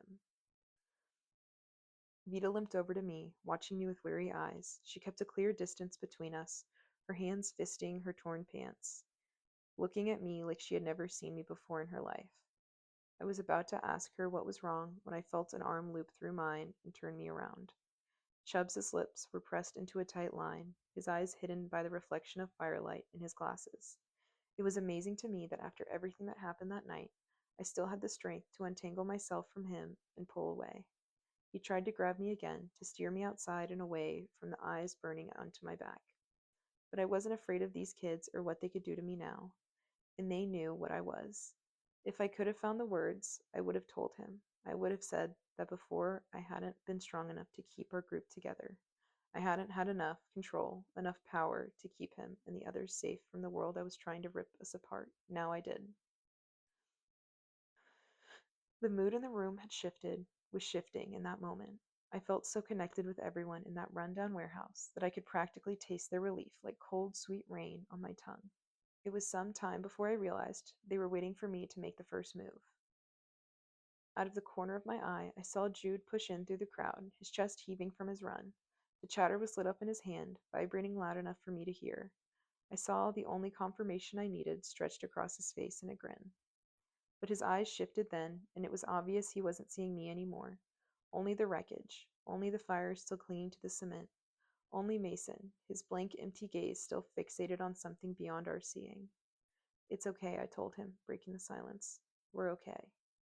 And it didn't matter if the others truly believed what I said, they all followed me out anyway.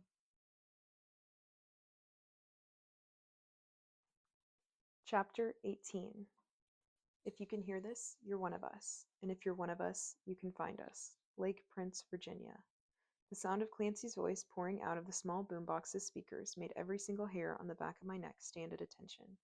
Olivia had set it at the edge of Knox's stage, and Jude had charged the batteries just enough to ensure we'd have 5 minutes of solid listening. Why is this still broadcasting? I asked. I thought it was being sent out of East River. Olivia shook her head. He set it up a couple of signals so the message could be broadcast as far west as Oklahoma. I guess he didn't think it was important to shut the rest down.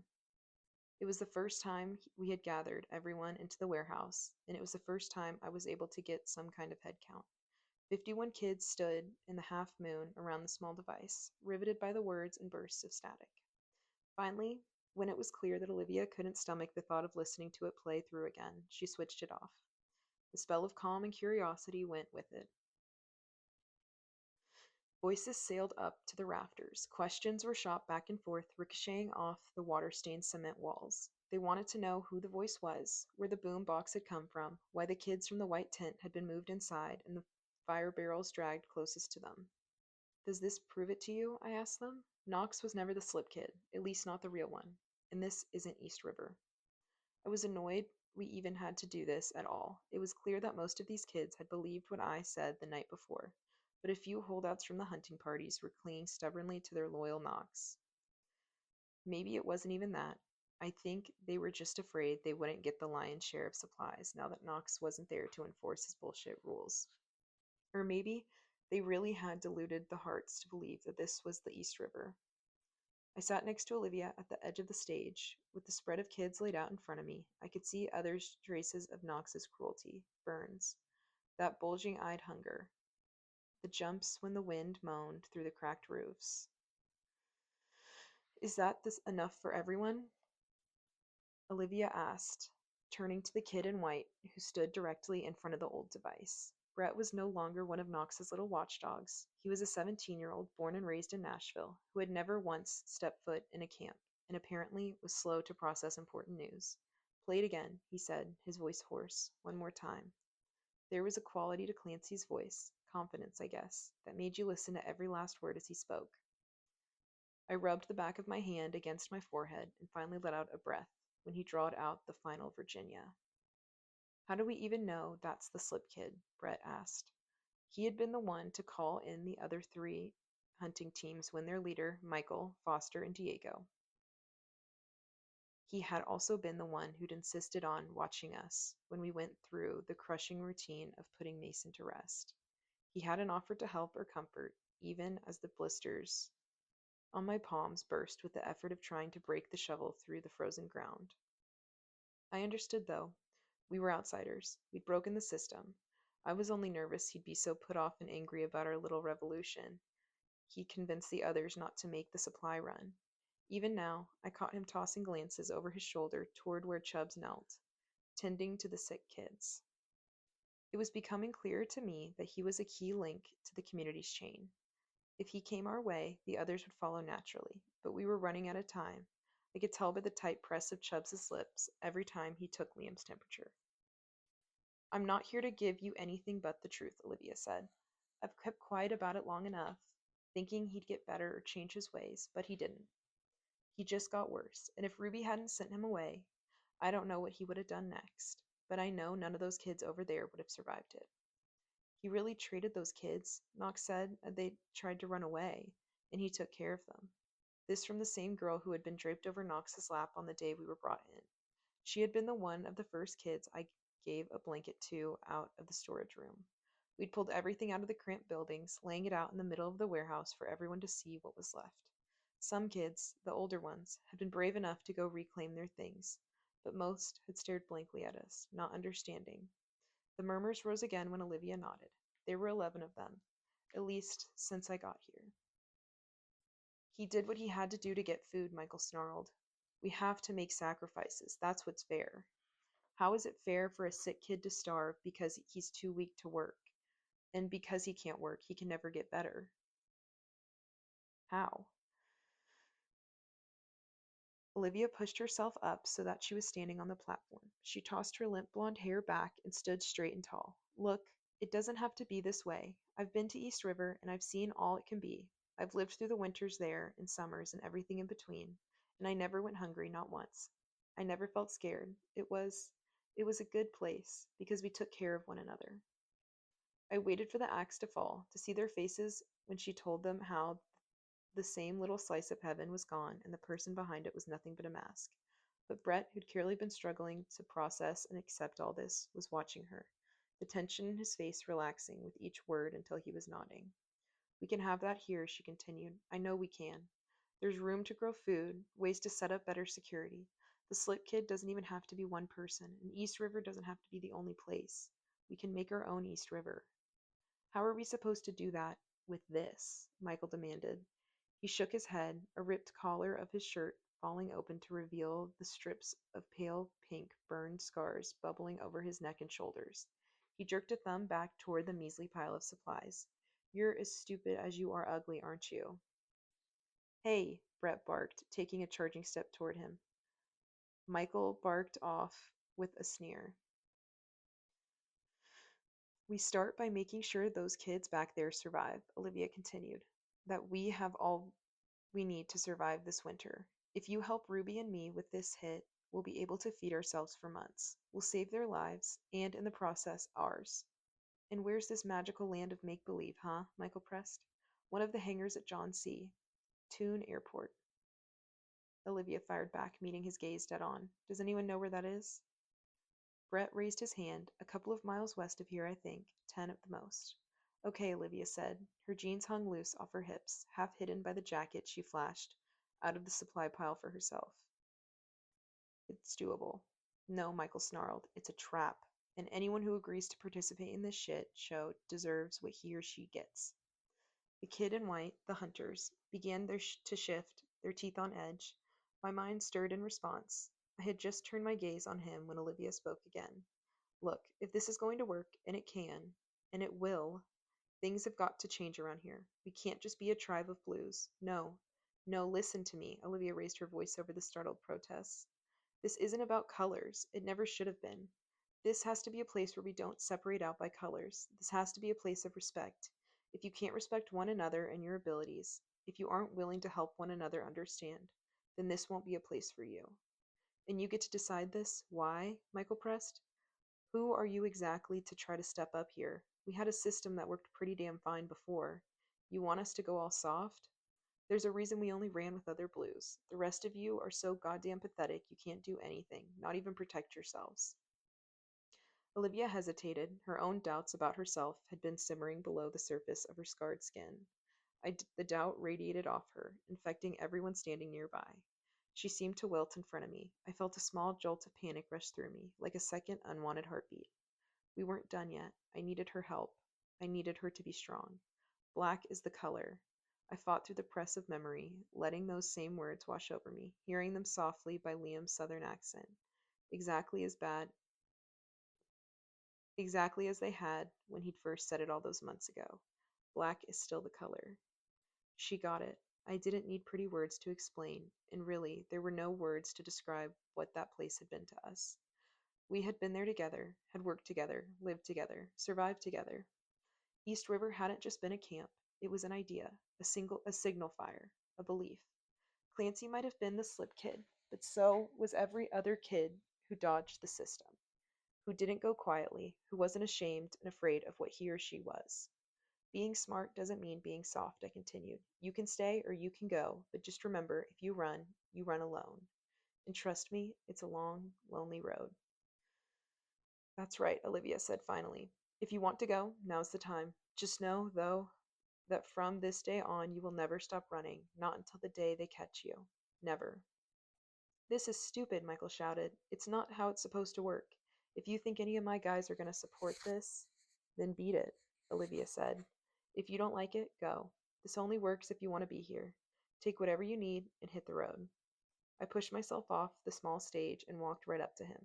Michael was all razor edges and steel skin when I had been further away from him, but I could see the way he was shaking now. He stood a full head over me, outweighed me by dozens of pounds, was armed, and none of it mattered. I didn't have to pry inside his head to know that he was replaying last night, that his thoughts were looping out on what I'd done to Knox, what I can't do to him. The knowing hit me square in the teeth, stopped me dead in my tracks. I could influence him, that wasn't even a question, but he'd been so outspoken and openly hostile that if I flipped him now, his miraculously sudden change of heart would raise suspicions. They would all know that I could and would do the exact same to them. They'd still be just as afraid of me, only then they'd be motivated enough to do something about it. Michael stared at me, breathing heavily. Olivia was at my back in an instant, arms crossed over her chest. He licked his lips and started forward. The old hunting rifle at his side clattered with the force of his step. No, man, come on, another kid in white said, gripping him by the shoulder. We don't got to stay. Michael shrugged, throwing the boy's grip off him. He started toward the loading dock, then spun around toward Brett. You too, huh? When things go bad, you gotta fix them, Brett said quietly. Only 5 of the 8 kids in Michael's hunting party followed him out. Not saying a single damn word, not taking anything from the pile of supplies, not acknowledging the waves of hands that reached out in silent goodbyes, and only one of them turned back to look at me. I saw the plan unfold in his mind as if he had opened a book and was turning the pages for me. Coming back to camp in the night, turn. Sneaking back to the warehouse, turn. Unloading every round in their guns on the kids sleeping in the small huddles of blankets, turn. The 5 of them carrying out all the supplies we'd be bringing in. My spine stiffened from the bone to granite to steel. I shook my head and blasted the plan clear out of his head. Anyone else? Olivia asked, surveying the huddle of masses in front of her. No? All right, let's get to work then. The former occupants of the white tent had been laid out beside the supplies. kept in a circle of warmth by the ring of blazing trash cans around them. Chubbs glanced up from where he was hunched over Vita's shoulders as I squeezed through the ring, the smell of smoke dragging up one black memory after another. I took a deep breath, pressing a hand against my mouth until Mason's face had stepped over the kids. He had set them up in two lines again, this time not piled on top of one another. You suck at this, Vita snarled. What, did you forget your rake in the car? Pour some water on it and leave it the hell alone. She was sitting cross-legged in front of Chubbs, her elbows resting up on her knees, and her face pressed firmly into her hands. It was a shock every time I looked at her now, an ugly little reminder of the previous night. When we returned to the warehouse, it had been obvious to all of us that most of Vita's long hair couldn't be saved. She managed to pull out the fire before it reached her scalp, thankfully, but the blue ends had been charred and left uneven patches. With one single fierce look, she had pulled the small knife Jude had smuggled from the storage room and cut it off herself. Her wavy hair now curled around her ears and chin. A rake would make this go faster, Chubbs muttered. I'm assuming you enjoy luxury of having skin on your back, though. He licked away the sweat from his upper lip. The painstaking process of removing the charred pieces of her shirt from the burn on her shoulders had begun more than an hour ago, and we were all in agony listening to him try to disinfect the area. Scoot back, she hissed. You smell like unwashed ass. How's it going? I asked, crouching beside them. Could be better, he muttered. Could be worse. I am going to straight up murder you, Vita said. Her voice trembled with intensity of the pain. Right in the face.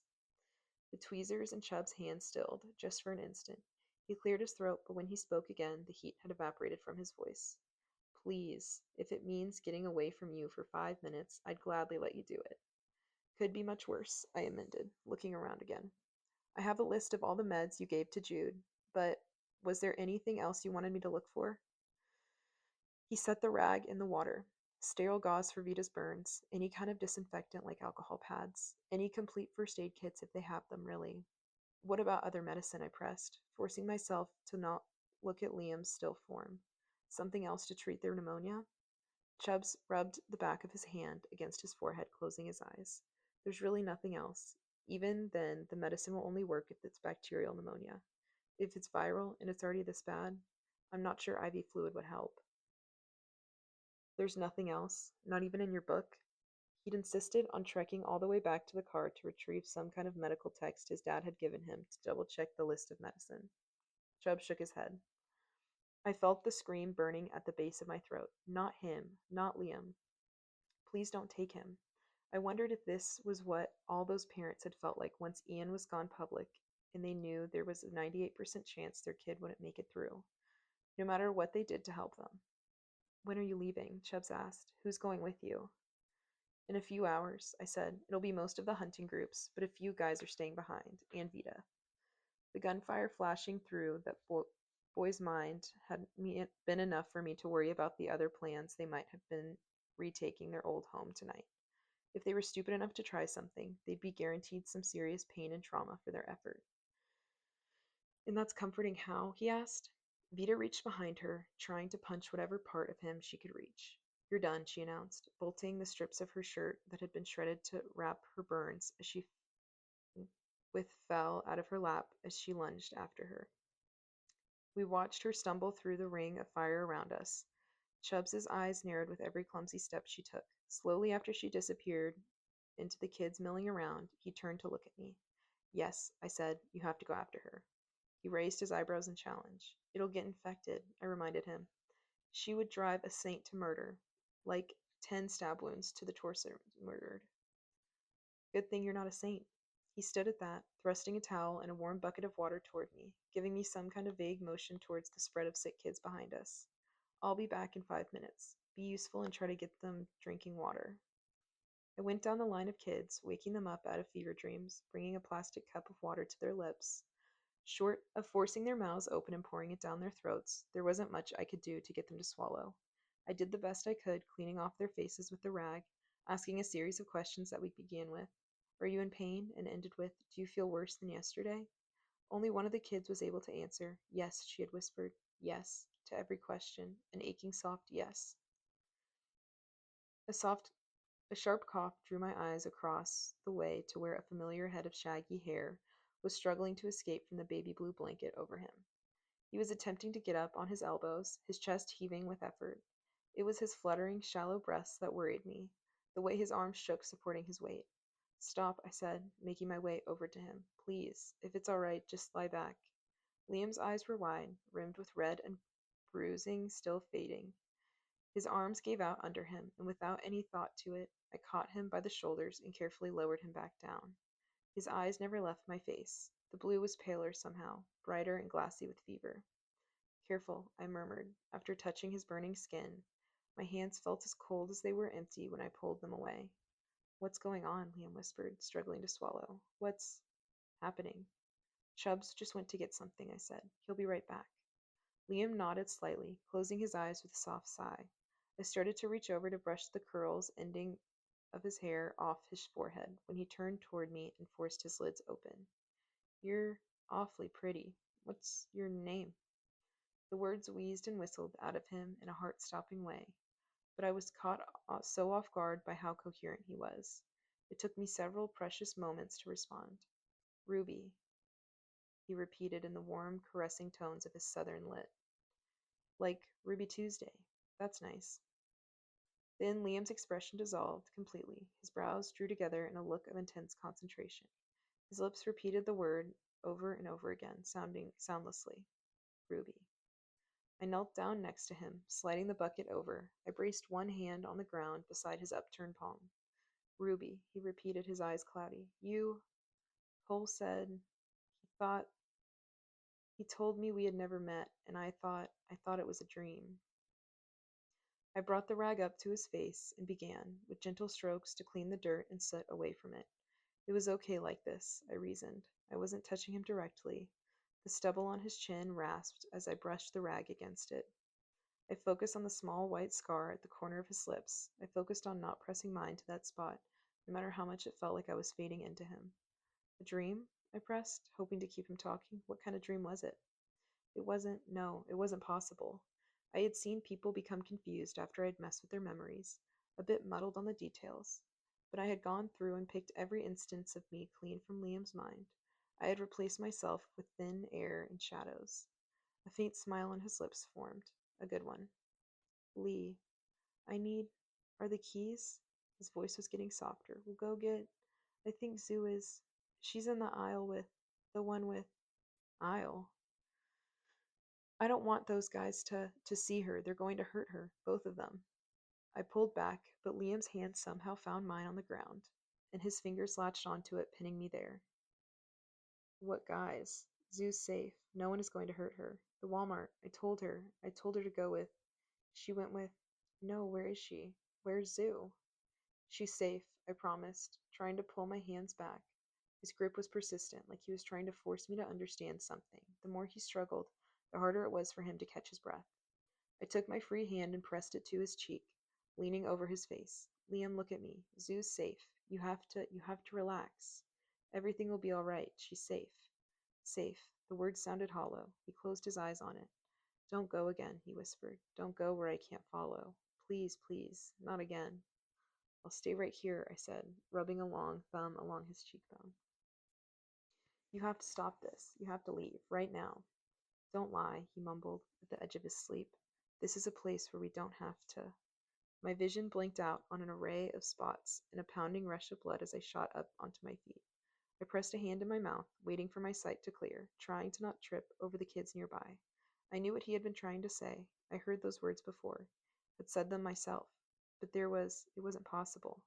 This is a place we don't have to lie, whispered. Don't go. No. Ruby? Vida and Chubbs were standing in front of the fire barrels, watching me with twin expressions of concern. How long had they been standing there and listening? Chubbs took a step toward me, but I waved him off. I'm okay, he just. I crouched down, putting my head in my hands, forcing in 2 deep, steadying breaths. Not possible. Are you sure? Chubbs repeated, his voice sounding colder than before. Are you finished playing this game? I nodded, keeping my eyes on the ground at his feet. My stomach rolled and heaved. I could hear Liam struggling with the blanket twisted between his legs, my mind suddenly stirring. You think it's okay to be all sweet to him like this now and confuse him even more? The plan is still to take the flash drive and dump us for the league, right? He demanded. What's going to happen when he wakes up?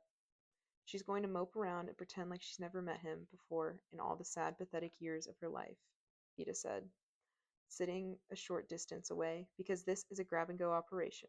Ruby knows that's all this is, doesn't she? She said she wouldn't let her feelings get all mixed up and twisty about this, didn't she?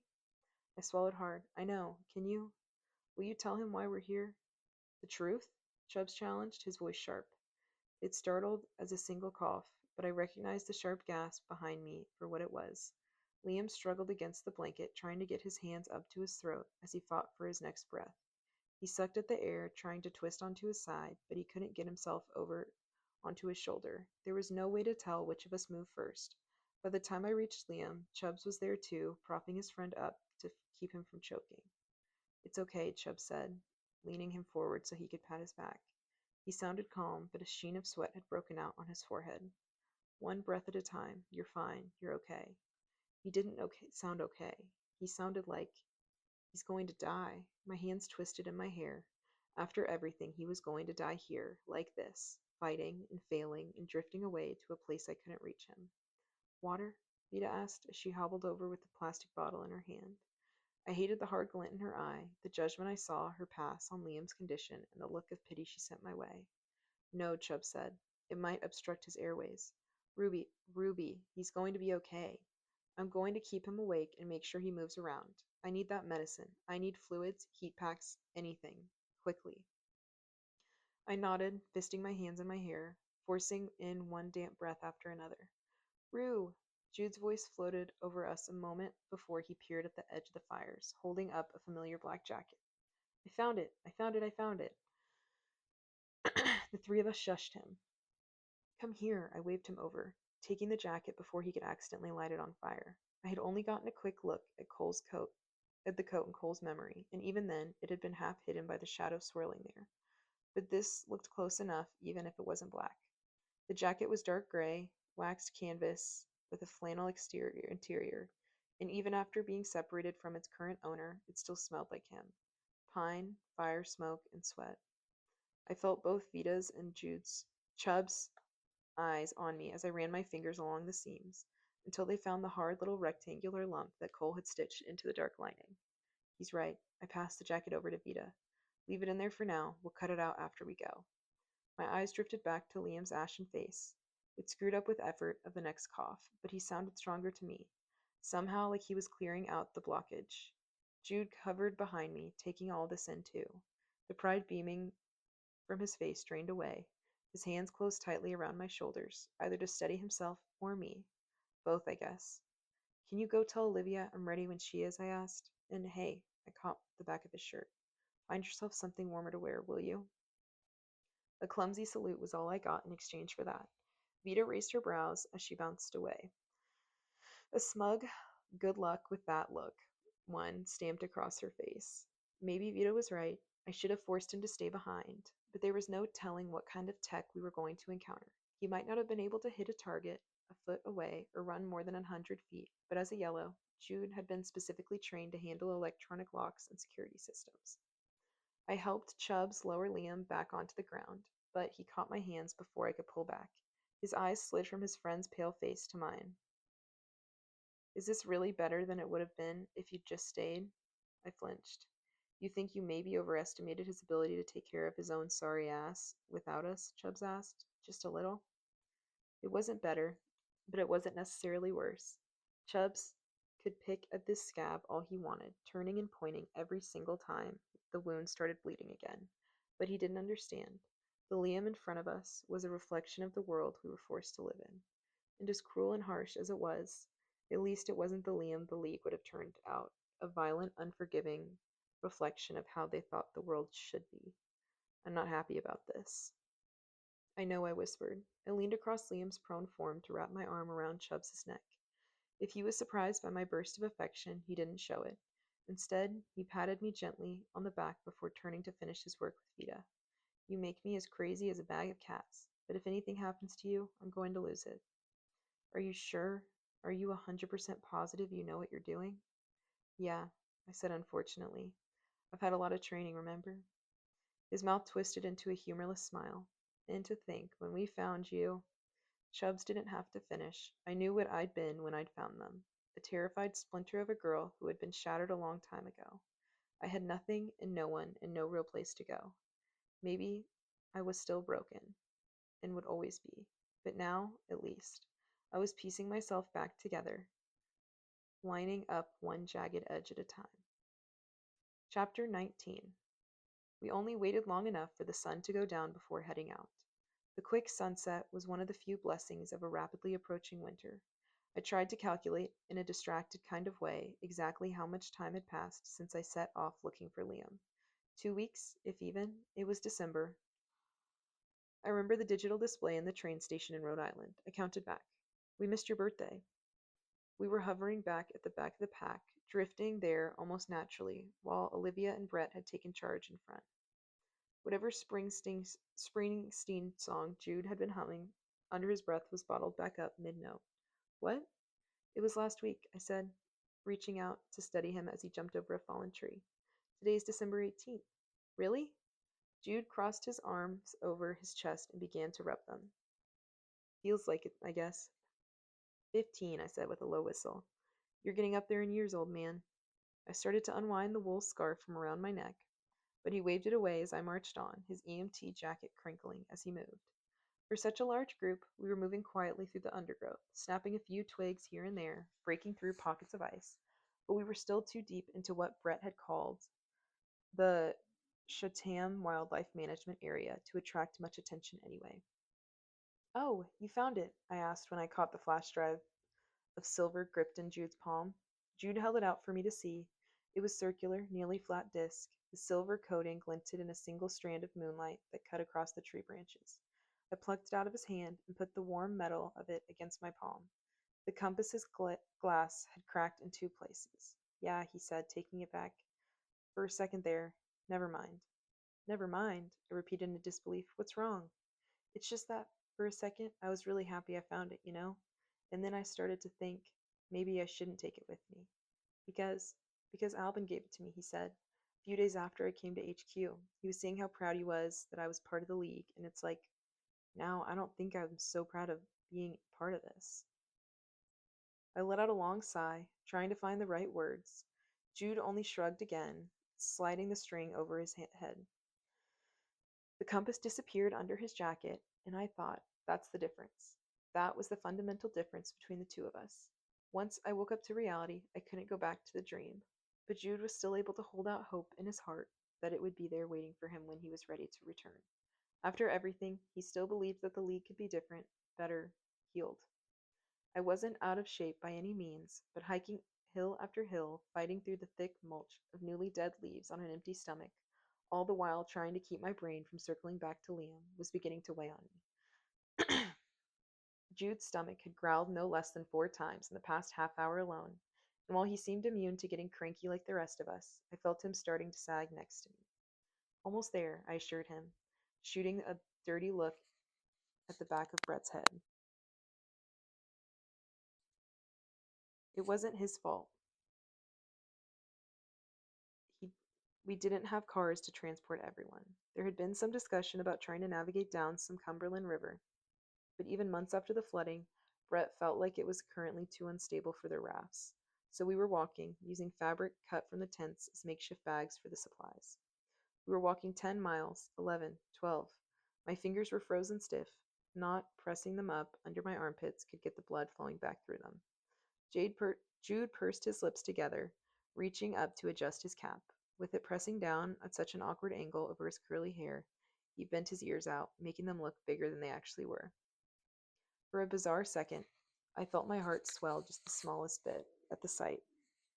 Anyway, said Jude, master of awkward transitions, this is going to be so great, so great. We'll be in like this, he snapped his fingers. Swipe the meds and some food and out, like bam. He clenched both fists and flashed his fingers out. They won't even know we've been there until we're gone. We'll be freaking legends. Jude kept saying they, this and they, that. But that was the problem. We didn't know who was in charge of the airport or why they were hoarding supplies. I tried to send a follow-up message to Kate and Nico to ask, but they hadn't responded before we left. We were still heading east, towards Nashville Center, but the river didn't follow a straight path. It had looped down again directly in front of us. I nudged my way up to the front of the group. My outstretched hand eventually found Olivia's shoulder, and she reached back, pulling me to the edge of the Cumberland River. Whoa, was Jude's only comment. Until we hit the first barrier, I hadn't really understood why months after the floodwaters receded, the city was still closed. But it was like with any disasters, the cleanup was almost always worse than the stress of the disaster in progress. No wonder the ground had become a little more swamp under my boots. No wonder the river was still flooding out. The initial storms had been powerful enough to carry whole sections of homes back into the river, to upend massive river barges and leave them stranded and rusting into the sun. It was a terrible drain clog. The water couldn't flow naturally down toward the city, which meant it was still bleeding out into the nearby fields and forests. It's right over there, Brett said, pointing to the distant white shapes. As if on cue, a red light on one of them began to pulse slow and steady. Nice to see Gray and his boys got around to cleaning up the mess like he swore he would. Are we swimming? I asked, trying not to grimace. Olivia turned toward me, holding up one lone flashlight. The scarred half of her face stretched into a genuine smile. Nope, we're going to play leapfrog. It turns out that playing leapfrog with a bunch of blues essentially meant resigning yourself to being flung from floating object to floating object like a rag doll. The system they worked, though, was impressive. The river was too wide for blues to lift another kid with their abilities and send them cruising the whole way across it. Instead, Brett took advantage of the flood's wreckage, landing Olivia, then setting her down with impressive accuracy and care on an upturned corner of a half-sunk barge. She, in turn, sent the next blue a little further onto the roof of what looked like a large mobile home. With the three of them in position, they were able to pass us along without much trouble at all. I landed on my knees, finally, on the other bank. We cut another path through the thicket of trees, emerging muddy and slick with fresh rain falling overhead. The runway was shorter than the ones I'd seen at bigger airports, jam-packed with planes of all sizes and shapes. Mixed in between helicopters and one-seaters were green and tan military vehicles. The airport wasn't in use after all, then, and if the planes and trucks were out here, it meant there really was a good chance that Kate and Nico's intel was good, and something else was being stored in the hangars. Someone, the National Guard by the look of the vehicles, had half-heartedly put up a chain-link fence around the perimeter of the runways and hangars, along with signs that read, like, "No trespassing" and "High voltage." Olivia threw a rock, which all but bounced back and hit the mud with the tiniest rattle. Jude twisted out of the grip I had on his shirt to belly crawl through the grass. "Hey," I whispered, "Jude." He tapped the fence with his finger, then again for good measure, before he hustled back over to us. "There has about as much electricity as my shoe," he whispered. This isn't right, I thought. If there was something worth having here, there'd be people to protect it, right? I scanned the field in front of us again. Instructor March voices ringing in my ears. If it looks too good, too easy, it never is. And the simulation we'd run after, with Vida and I storming the warehouse, had proven that point. Sure, it had been all clear outside. The agents playing the roles of National Guardsmen had been waiting for us inside. Rue, Jude groaned. Come on. There was no real cover between the trees and the hangars, but that didn't stop Brett and some of the others from blowing past and continuing forward. Even Olivia looked at me, exasperated, before she stood and jogged to catch up to them. All right, I told Jude. Stay close. But he was already up and running too, weaving through the vehicles and planes on the long runway. I finally caught up with them as they stopped at the edge of the asphalt, crouching down behind the last line of vehicles. I'll take Brett and Jude with me, I said, taking the flashlight from Olivia. 2 flashes for all clear, 1 for turn back. Got it? There's no one here, Ruby. And that doesn't strike you as odd? I hissed back. There were tire tracks and footprints all around us. If they were old, they would have been washed out after days of rain. The nearby parking lots were mostly empty or filled with large shipping trucks. But now and then a light above would flicker. But aside from that, the airport was dark. Every nerve in my body was tingling. By the time I met up with Brett again, after we'd lapped the building, I jerked my chin back to the direction where we'd left Jude, waiting. This is too easy, Brett finally admitted, shifting his old rifle to his shoulder. Where the hell is everyone? Please not in the hangars, I thought. Please, this was my idea. I'd push them into this. And it would be on me to get us out if everything blew up in our faces. Kate wouldn't have sent us here if she thought it was too dangerous. Call the others over, I told Jude, silencing the small voices before it could send me spiraling into true fear. I counted them again as they ran toward 1, 2, 3, all the way up to 21. The hunting party shrank into the shadows of Hangar 1. I pressed into the wall, scanning the dark field. The hangar door was locked with a series of imposing chains that had no way of slicing through. But there was a small access side door, like I'd predicted, and had some kind of electronic lock that looked like it had beamed back from a distant future. Step aside, Jude said, shooing me away with his hands. The master is here. Careful, I warned. Frying it completely will probably trigger it too. Honestly, he said, squinting at the display, it lit instinctively when he stepped in front of it, pulling up a digital number pad. You're acting like I've never done this before. You haven't, I reminded him. Nico usually disables the alarm systems remotely. Details, details. Jude waved me off with one hand and brought his other palm up against the screen. Be silent so the master can do his work. Can the master hurry the hell up? Brett hissed, hopping from foot to foot, arms crossing over his chest. I was starting to feel the winter bite too. The sweat gliding down my face felt like it was 2 degrees away from freezing into solid crystals. Count of 3, Jude breathed out. Push on the door handle. Ready? I slipped around him, getting a good grip on the metal bar. Go for it. At 3, the system's screen flickered black, and I waited only long enough to hear the lock pop before shoving it open with my shoulder. When the system's number pad flashed back up, it cast an eerie red halo on the drifting snowflakes. I waited for the shrill cry of an alarm, the blinding flash of floodlights, spotlighting our group. I waited to feel Jude shrink against the wall behind me in terror. I waited and waited and waited, but there was nothing to wait for. Okay, Jude called. I tricked the system into thinking the door is actually closed. We just have to keep it open, then we won't run into any problems. Nice job, I whispered.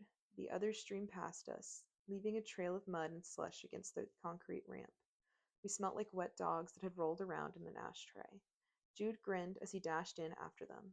Someone hit the overhead lights and flooded the room with a pristine white. I covered my eyes with my hand, trying to adjust to the glare. There was a strange charge to the air now. I felt Jude's mood shift from a sparking excitement to a kind of shock that only ever comes like a brick to the face. The shift was so fast and so sudden that I was almost too afraid to see the hangar for myself. Holy shit. There were rows of metal shelves lining the room. They'd almost been set up like stacks of a library, but had to be a good 2 or 3 times the normal size. The soldiers had dragged them into tight, neat rows. The layer of faint peach paint someone had coated the cement with still had gouges and scuff marks to prove it. Stacked on top of them were pallets and pyramids of boxes. Many were unlabeled, even more wrapped up tightly in a nest of clear plastic. What language is that? Olivia asked. She kicked in the nearest one, knocking the dust and clumps of dirt from it with her toe of her boot. It was buckled to one side, thin wood cracking as if it had fallen from a great height then landed on the wrong side of the field. Chinese, Jude guessed? Japanese? Korean? I didn't recognize the words printed there, but the simple red cross had been stamped across it. That I did recognize. The American Red Cross branches had, if you believe the news, run out of funds and supplies once all shipping to and from the United States had halted. People were afraid that Ian was contagious and could jump ship, riding shotgun on a package or in a person to go plague another, healthier country. Once the economy was gone, the organization barely had enough funding to stay afloat for 2 more years. So what the hell was this stuff? Liv, check it out, one of the guys called. He and a few of the others had sliced through the plastic and were levitating boxes down through the ground from upper shelves. One of them was already gutted, its fire engine red innards sliding across the floor. I picked up one of the red packages that had spilled out, surprised by its weight and its rectangular shape. There was a sketch of a man lifting food to his mouth, and a flag, both printed under the words, Humanitarian Daily Ration. This bag contains 1 day's complete food requirement for one person, Olivia read. There were more lines beneath it in French and Spanish, maybe? Food gift from the people of China, I finished, passing the package back to her. There were several sharp intakes of breath around us, but most of the others had been driven into the next, pulling down cardboard boxes printed with 10 24-hour rations of GP Natto OTAN approved. This stuff is from the UK, I think. Jude ripped out into one of the boxes and was examining a pamphlet that had been left inside. There's so much stuff. Matches, soup, chocolate. Oh my God, there's even tea. Take what we need, I said, but look for medicine. Do you see any of it? This stuff is from Russia, I heard Brett call from the next aisle over. Here's Germany, Canada, and I think Japan, Olivia called back. France and Italy, too, came another voice. They all say daily rations. I slipped the thin piece of notebook paper Chubbs had scribbled on his list, holding it up to catch the light. His handwriting was as dark and smudged as ever. Whatever pen he managed to dig up out of the supply pile had started spluttering ink when he hit penicillin. He branched out all the different kinds of beneath the word. Amoxicillin, amoxicil, ampicillin. I jogged down the aisles, scanning the boxes and crates with wary eyes. More food, trash bags of what looked like wool blankets, all boxed up, all tampered with flags. There were red crosses everywhere on everything. Dirt and clumps of dead grass clung to their edges. It had been outside once, I realized. Dropped by planes passing overhead, maybe? Kate had mentioned rumors of foreign aid being left in parts of the country. But those same rumors had died out when no one turned up any evidence to prove it. 1 minute. My heart jumped from my ribs to the back of my throat. The air whistling in between my teeth sounded loud to my ears. It was quieter back here than it was under the towering plastic tubs that were stacked against the hangar's back wall. I leaned down, brushing away the dust from its clear side. More of those strange red packages. I moved on to the next tub, half listening to the anxious whispers carrying over on the other side of the hangar. I didn't stop searching, not until my eyes drifted over the familiar curved neck of Ledicor's golden swan. Chubbs's list fluttered to the ground as I stood on my toes, trying to see what's inside of this one. Ledicor meant medicine. My experiences riding in on the back of cargo planes had taught me that much. I got a good grip of what I could on the plastic lid and began to yank it out. Jude was calling for me, his voice drifting above the others. Come on, I grumbled, my arms shaking with effort. The tub exploded open as I hit the ground. I dug the clear plastic vials and sterile needles until I recognized one penicillin name that Chubbs had written down. I took as many as I could, scooping them in my bag. Another tub was labeled vaccines, but the one below it was wound up ribbons and gauze, cotton pads, and rubbing alcohol. A little help over here, I called. One of my bags was already full, and the second one was quickly going the same way. We needed more. Liam needed more. Footsteps fell fast and heavy on the cement. I felt someone rush behind me, muttering something under his breath that I didn't quite catch. One glance over my shoulder told me that half the group struggling under the new weight of their packs was doing one last loop through different aisles. Ruby! There wasn't the crack in Jude's voice that sent me spinning back. It was the sudden, overwhelming stench of stale cigarette smoke. I wasn't fast enough. I shifted, meaning to throw an arm up to block the blow, but the knife found me the moment before the punch to my back of my head did. I don't know if I screamed. My jaw dropped with a burst of pain. I tried to catch myself as I pitched forward into the tubs, but a hand fisted around my ponytail and wrenched me back. I didn't have a chance to regain my balance. The gun was ripped out of the back of my pants before I could think clearly enough to pull it. Michael was breathing ragged and uneven, more with fury, I thought, than the effort of the attack. The knife, or whatever he used, twisted in my lower back, and that time I knew I screamed. The arms across my chest slid up, pressed against my throat. My gun fisted tight in his hand, he pressed it up under my chin, forcing it as high as the bones in my neck would allow without snapping. I couldn't breathe, couldn't swallow, couldn't move. Miss me? He hissed. I tried to throw my head back, twisting away, if anything else. You're okay, I told myself. Not your spine, not your kidney, just thanks for finding this place, he continued, slamming me forward against the tubs. Michael leaned down, bringing his lips to my ear. You and the others can get your sweet fill until the PSFs get here, yeah? The force of Jude ramming into us, shoulder first, wasn't enough to throw Michael off me completely, but it was powerful enough that I could turn and drive my knee up to his center.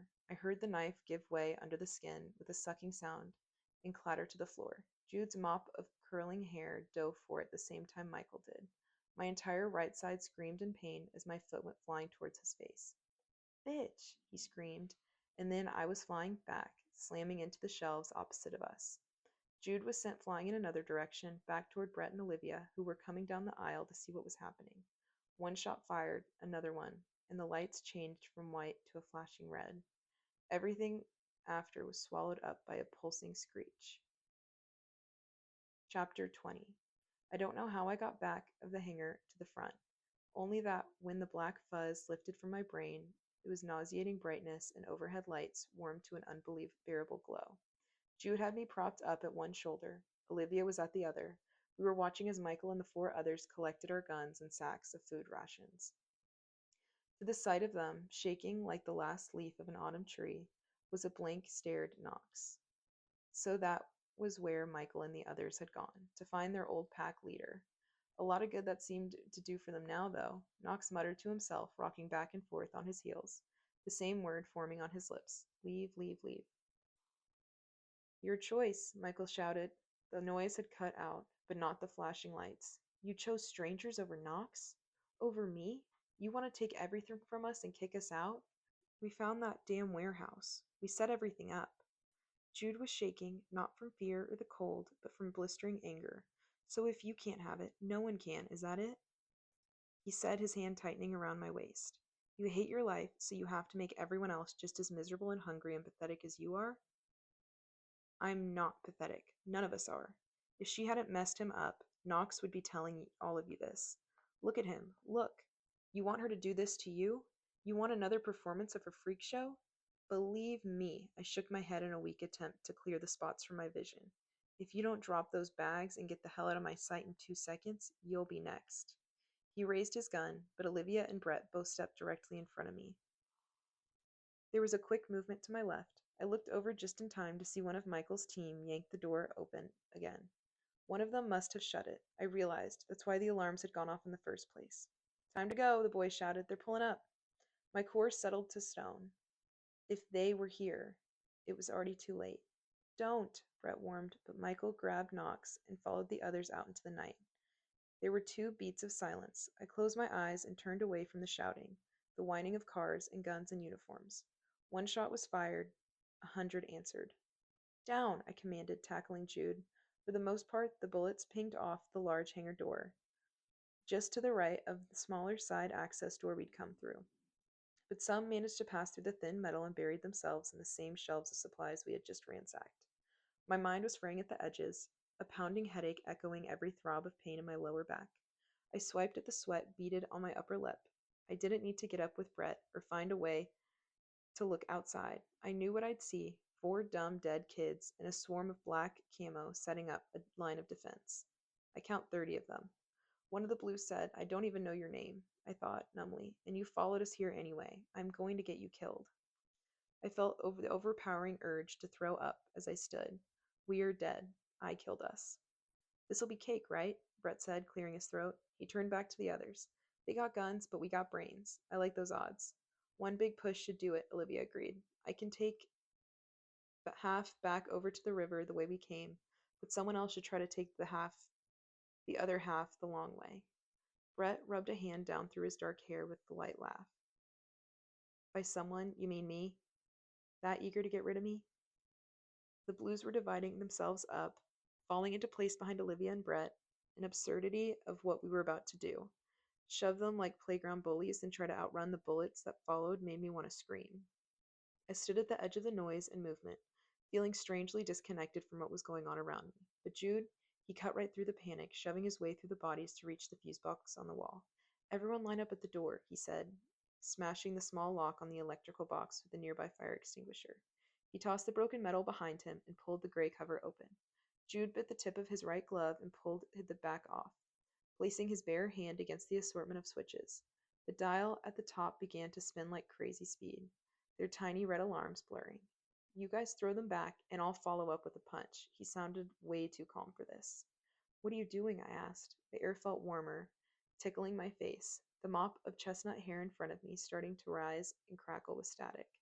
I took a step back, but it wasn't until the lights snapped off and the alarms went dead I could see the blue lines of sparks racing along his hands and arms. Ruby, you have to hit the button for the door, he said, just standing close to him made the hair on my arms rise. What are you doing? I asked again.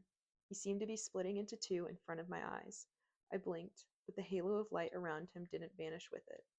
Trust me, he said, his voice carrying with an unnatural calmness. I got this one. He counted down from 3, forcing the Blues to scramble into the line he had ordered.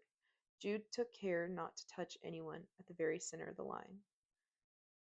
The others seemed to curve around him, responding to his charge in the shift in mood. No, I thought, biting the words back. No, not there. Not where they can hurt you. 1. Jude's voice rang out. My hand slapped against the button. The snow had changed to heavy rain. While we were inside, it fell in sheets, distorting the lights the soldiers had set up. The white beams flooded in at our feet and traveled upward over our legs as enormous door continued to rise. Jude waited until the light hit him square in the chest. Then he clenched both fists. They weren't floodlights, I realized, just the headlights of 4 trucks that had parked in a half ring around the hangar's door. Most of the soldiers had taken up behind the green vehicles, bracing their guns over the hoods for a steadier aim. A good 24 soldiers knelt on the ground in front of them, rifles raised, helmets strapped on. The door came to a screech stop overhead. A few of the soldiers came in camo, sat back on their heels, or pulled back from the sights of their guns, surprised, I'm sure, to see nothing but a small cluster of freaks. One of the men in front turned and shouted something back to the others, but the rain swallowed his words. A burst of whining static cut in. Someone had retrieved a megaphone from one of the older men in the back. You are to come with us, he said, on authority of PSI Special Force Commander Joseph Traylor. If you do not cooperate, we will respond with force. Yeah, Brett called. You can tell Joseph Traylor that on our authority he can suck it. That was our cue, whether he meant it to be or not. The Blues took one single step forward and threw their arms up. Even the soldiers who recognized what was happening were too slow to fully respond. The pop, pop, pop of automatic weapons was swallowed by the startled screams as the whole clusters of soldiers had their trucks were thrown back, as if by an invisible tidal wave. Then Jude stepped out into the rain. It was both horrible and beautiful to watch, familiar somehow, to see the roaring electricity he had collected from the hangar hover around him like a blue sun. The light swelled out, bursting past the walls of his skin, and raced out along the pool of rainwater, on the pavement in the rivers of searing light. Jude's shape became a shadow, a simple silhouette, as the electricity billowed out in front of him, growing like a silent, blinding explosion. The night lost the fresh smell of rain, carrying a new stench of burned skin and hair and the unmistakable gut-churning odor of white-hot rubber instead. The electricity sizzled as it lashed out. It jumped up past the rubber-soled boots. It lit clothing and bones and skin, heating the metal canisters of pepper spray until they exploded. The soldiers that hadn't been knocked out by the Blues hit began to writhe on the ground. One managed to lift his gun, aiming in the general direction of Jude, only to be shoved further back by Brett. Jude stayed on his feet as long as he could, shaking and trembling like a wet rabbit in the blistering cold. Then he collapsed, knees to the pavement, chest to pavement, face to pavement. In such a boneless way, I screamed, pushing past the others to get to him. I flipped him over onto his back, ignoring the sharp pricks of static stabbing my fingers. His face felt burning to the touch, even under a blanket of freezing rain. When he had fallen, so had the charge, the popping blue rivets of electricity evaporating like steam. Olivia's group came out next, scrambling for whatever guns they could reach, kicking aside prone soldiers to get them. Olivia, Brett shouted. I looked as he and the others came rushing out after the first group. She stopped, her feet sliding against the pavement as she turned. He had one hand around her upper arm, another in her loose braid. He drew his face down to her scarred one and kissed her. It lasted no longer than a heartbeat, a firm, exact message. Now run, he said, pushing her toward the others. I struggled under Jude's awkward length, trying to lift his prone form. Brett shoulder checked me aside, not having the patience or clearly the time to waste on trying to rouse the kid from his exhausted stupor. He hoisted Jude up on his back. The pack he had carried was kicked to another Blue, who scooped it up mid-stride. This way, he called. The running was so much worse, so much harder than I expected. Car engines came rip-roaring alive behind us. I saw more speed down the nearby road, but only the last 2 in the caravan saw us quickly enough to turn off into the field before entering the small airport. The headlights bounced as the SUV took each hill and pit. The trees through the trees were up ahead, their dark, thick line lit. A hand closed around my wrist, wrenching me back. I fell hard, my feet slipping out from under me as the combination of mud and frost and ice. An explosion of gray spots bloomed behind my eyelids as my head slammed back against the ground. The soldier shined a flashlight in my face, close enough to my eyes that I had to shut them again to escape the brightness. Her knees came down on my chest and pushed that last breath of air out. I twisted and kicked, a frustrated scream ripped out of my throat. Then the lights dropped away, and I could open my eyes again. She was young, but more importantly, she was furious. The soldier tugged an orange object out of her belt and held it directly in front of my face. She shouted something I couldn't hear. The rain, it was only rain, filling my mouth, my nose, my eyes, my ears. The orange device swam in my vision again, disappearing in another burst of white light. I knew the moment the device pulled up my profile. The PSF's face went slack with horror, her eyes drifting back down to my face. I turned, my head and sunk my teeth into her wrists' burned pink flesh. She shrieked, but I was just already in her mind. The car's bright headlights slashed through the dark, headlights of the shapes running toward us, heading into the woods. Get off! I kicked one last time with enough force that even Instructor Johnson would have been approved. The soldier slumped off me, landing hard in the dirt. Her eyes were open and vacant, staring at me, waiting for an order. I didn't bother unhooking my mind's claws on her. I didn't care. Every part of my body felt slow and heavy. It took all of my focus to get to the trees without falling, and more than that, to haul my limbs through the crunching underbrush and ice. The land was rising. Every hill seemed set to set me back from the pack that much further. I ran, or tried to. I tried everything I could to push myself past the settling over my mind and the trembling that started in my legs, and rose steadily with each drop of the landscape. I thought of Liam or Chubbs or Vida or Jude. We had to get back and tell the others. We had to move them in case any of the soldiers traced our path. Jude, I mumbled, my foot slipping out from under me, something boiling hot racing down over my hip. Jude, Vida, Chubbs, Liam, Jude. Brett had taken him, hadn't he? If he could navigate through the twisted tree branches with the kid's full weight on his back, I could do this. I could stand back up. You did this. We were done. They would take us, and I would never see any of them again. I breathed out their names until there was no air in my chest. I walked until my legs disappeared from under me. I watched as the last trace of kids up ahead faded at the crest of the hill, bleeding into the dark deep of the woods. I didn't remember falling, only the sensation that I had somehow lost half my body and left it behind under the cover of the trees. I pushed myself onto my back, my hand flopping around my waist, looking for a gun that wasn't there. Accept, adapt, act. With a sob of pain, I hauled myself back up against a tree trunk. Propping my back up, I'd be able to see anyone coming. I could rest now. I could look up through the bare bones of the old trees around me and watch the rain tear the sky down piece by piece until there was nothing left but darkness. Chapter 21. I was born in the dark heart of a fierce winter. My parents' and my Graham's words, not mine. She and Dad loved to pull out the story of the death-defying trip home from the hospital when I wouldn't settle down at night, or I got fidgety and bored at family dinners. The blizzard got me every time. I'd let myself be wrapped up in the way the words seemed to drip with danger, how they used their hands to try to show how high the snow rose. I could barely keep up. Each time I tried to absorb every word, take the words in so deep I'd dream about them. When I finally fell asleep, now there was just an overwhelming sense of embarrassment.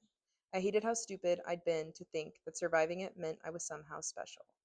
That I ever thought it was so undeniably proof that there was something I was supposed to live to do later. The sky was the color of ash, Dad would say, and the minute I left the parking lot, the clouds seemed to drop. I should have turned back right away, but your mom wanted to get home to Graham's. She was throwing a whole welcome home shindig for us, you know. They had made it as far as they could, Dad in the driver's seat, trying to force his way through a suffocating curtain of white. My mom in the back seat with me, yelling at him to pull over before he drove us off some non-existent cliff. He liked telling that part of the story best. Dad was the only one who could nail the high, breathy quality of Mom's voice got when she was hovering at the edge of a meltdown. The car's headlights were no match for the snow, but there were still people fighting to get down that stretch of highway. Dad did pull over, but someone coming from just the opposite direction jumped lanes and smashed into the car in front of our car.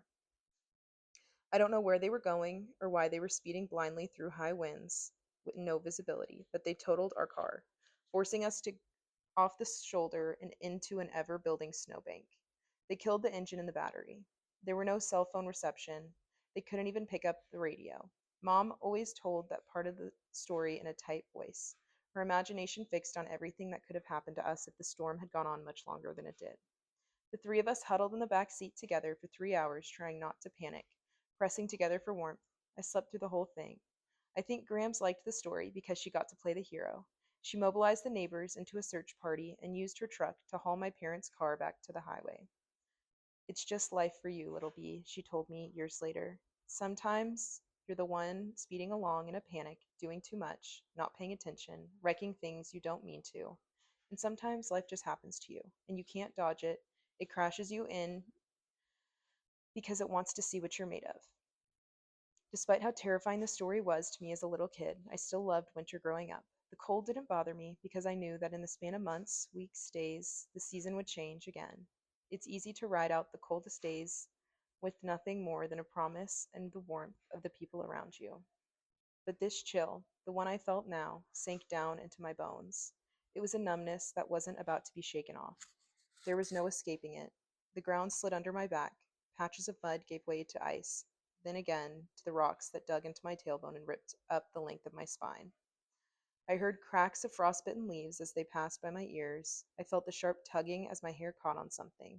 One hand tried to close around a passing root, to anchor myself against the river of dirt, but I was moving too quickly. The sun flashed red behind my eyes, stabbing through the pounding pain inside my skull. I couldn't feel my right leg. Actually, I couldn't feel much of anything on my right side. It wasn't until much of the light receded and I could open my eyes that my mind finally made the connection that I was moving, not the ground. The sky overhead was blue behind the patches of towering white clouds. I could just make out through the naked gray arms of the trees. I drew my brows together, taking in a sharp stink of body odor. There was a grunt of effort as a large, rough surface passed under my back. Then it was a smooth earth, a dip that came quickly without warning, like the initial dive of a descending airplane. My stomach and eyes shifted down. The man wore a deep red puffer jacket, one that had been worn and frayed by the decades. The hem by his hip was torn, the white stuffing pushing through the hole. His jeans were too tight. They protested every time he turned to get a better grip on my leg. Don't. My voice was gone, but I tried to bring my other leg up to kick his grip off. But none of my limbs were responding. The man must have felt me strain, because he glanced back over his shoulder. Awake, are you? I was seeing two of him, then three, then four. Focus, I ordered myself. The guy looked about as threatening as a mall Santa. He wore his beard, long and patchy, but the gut was there. Dad used to read books to me that talked about the twinkle in Santa's eye and his rosy cheeks. Well, this one's eyes weren't glinting all right, with dollar signs. Try anything funny and I'll snap that neck of yours, you hear me? Move. I tried to lift my hips. Instructor Johnson had taught me how to break out of a hold like this several times over. I tried feeling for a rock I could throw at the tender spot where the base of his skull met his neck, for the Swiss Army knife that was no longer stashed in my boot. My body wasn't responding. I had hit my head. Not that hard, right? The night before was cast in shadow. I remember the long walk, Jude resetting the security system, all those boxes and crates stamped with flags and strange languages, and Knox. Knox had been there, hadn't he? The headache exploded behind my eyes, and I squeezed them shut again. The sun was shining. Why was I so cold? There's someone here who will be super interested in meeting you, the man continued. Came nosing around this morning asking about whether or not he'd seen any kids. Said there was a big bust up by the air park. Few might have gone that way. And I thought to myself, Joe Hiddle, this man could be crazy or he could be right. So I went out hunting, like usual, and what do I find? I dropped my hips, trying to create as much of a drag as possible going down to the next hill. Maybe I couldn't fight back, but I wasn't going to make it easy on him. What, he began, twisting my ankle on a natural angle. Did I just say? I used what little mobility I had in my neck to crane it forward as we came down the last hill. Tents, more than I had ever seen back at the warehouse. Most were white or printed with the words, Property of the U.S. Army. A jolt of terror went through me, powering one solid kick to the back of the man's kneecap. The burst of pain that ripped down my right side was nothing compared to the man kicking me square in the ribs. I went quietly because I had to. The barest hint of energy I had felt dripping out of me, and I could almost imagine it trailing behind us like a smear of blood. Sandra, the man shouted. Sandy, that guy still here? There were feet and faces around us from the moment we entered the line of tents. The smell here came in bursts: smoked meat, dirty laundry, stale water. It was all mud around the entrances of the tent, but inside were rugs and candles and piles of old mattresses and bedding. Joe, is that? Someone began. Back off, Ava, Joe warned. I found her. Sandra! He just left, came another woman's voice, her accent almost undecipherable. I'll go see if his truck is on the highway. You just keep that one here. My sweatshirt had pulled up in the back, and the mud there felt as slimy as I was freezing. Someone touched my left hand with the side of his foot. Is that kid? A middle-aged woman's flushed face leaned down across, close to over mine. She pulled one of her mismatched gloves off and started to put the back of her hand to my forehead. Joe all but growled at her, forcing her back a step. My eyes drifted shut again, and by the time they had worked to open up, there were other faces in place of hers. It was a gallery wall of unrestrained emotions, portraits of weary fear, landscapes of sadness, miniatures of curiosity. I tried shifting again, but couldn't ease the gripping pain in my head. She's shaking, one of the men said. I saw his yellowing Nikes, not his face. Let me get her a blanket. Is she sick? She's so pale, a woman this time. God, she can't be older than 16. Look at her, Joe. You're going to give her to that man? Here's the thing about guns. They were like the talking stick my first grade teacher used to pass around the class. Whoever held it was the only one allowed to speak. Get back to your damn tents. Joe's gun was shiny silver revolver, and no one was willing to test to see how many bullets were left in the cylinder. A woman, Sandra, let out a shriek. Here he is! Here he is! And it was carried straight to us by the wind. The unmistakable sound of a car engine followed, the growl of its engine louder and louder as it drove across the sunken perimeter of the tent city. I licked my chapped lips, trying to drag in a deep breath that wouldn't come. This man, whoever he was like a stone thrown into a lake full of still water. Even the people who had questioned Joe scattered. My leg was dropped back to the ground. The blood that rushed back into it felt like it was filled with glass. And my money? Joe was saying. I want to know how much I'm getting reimbursed by Gray. He sure as shit ain't do anything when the river took everything I owned. Your name goes into the skip tracer system. They find you. I'll just transport. Hold her there, will you? The fog ripped back from my brain. A foot came down on my wrist, pinning me. No, I choked out, eyes searching the tent's fronts for a sympathetic face. An indecisive one. Anyone who wasn't Rob Meadows. They watched. All of them. Every single person in that tent city. Their anxiety pawed at the air and stirred in my mind, but their silence, that was deafening. Opening my eyes again would make it real. But that was the way he wanted it. His hand fisted in whatever was left of my ponytail. Tightening and wrenching my head back to get a better look at me, he smiled. Hiya, Jim, Rob snarled. Been a while. I choked on the word no. Here, Rob absently shoved a tablet toward the man. Type in your name and social security number. Reward is split 60-40. 60-40? Joe sputtered. That's, holy God, that figures, right? How much? Someone shouted from the way down. Don't forget I let you borrow my gun. You owe me for last month's rations. Hold her, Rob barked. She needs proper restraints. My hands were drawn together and kept there, not by plastic, but by the press of metal. I heard the chain rattle, and I felt him lift my head, sucked in the hard scent of leather. I screamed. It was ragged, ugly noise that shattered my throat. No, I begged, tossing my head back, twisting my neck to get away. Rob's knees dropped onto my chest, and my next breath came out as a sob. Oh, yeah, you remember this, don't you? No, I sobbed, please. In the end, all of that training came to nothing. I could shift and cry and try to scream, but my ribs felt like they were caving in. The whole world was collapsing, crushing, and dissolving, the faces of everyone who stood there watching. Rob snapped on a pair of thick rubber gloves before shoving the muzzle over my mouth. The tightening of the strap behind my head. I was a little girl again. I was the monster of the story. My breath was hot, steaming. Joe passed the tablet to Rob and took several steps back. He looked at the white-haired woman to his right and said, God, if I'd known, I wouldn't have touched that thing at all. Rob bent and tried to haul me out of the mud by the chain that connected the handcuffs to the muzzle. I got no further than my knees, The rest of my body still hadn't solidified under me. With an ear-scorching curse and a grunt of disgust, he picked me up and carried me under one arm, letting my feet drag and bounce along the ground. I reared back, trying to knock my head against the knots of muscle in my arm, but he only chuckled. I don't always get the world, he said, but sometimes it treats me right. The look on your face when you saw me, I tell you, that was something else. I twisted as he dragged me up into the back of his old red Jeep. If I knew I watched the Skip Tracer network, you'd screw up eventually. I'd get to ask you myself about the real reason you dodged out of the op. What Cole and Kate have to do with it. I wanted to be the one to pick you up and drive you straight back to that little camp of yours and watch them drag you in. I screamed into the leather, kicking at the back of the seat. You and me? He said, pulling a long strip of plastic from the backpack he was wearing to bind my feet. I tried to kick, which earned me another laugh. We're going to have such a fun trip back to West Virginia. I won't even ask for the reward.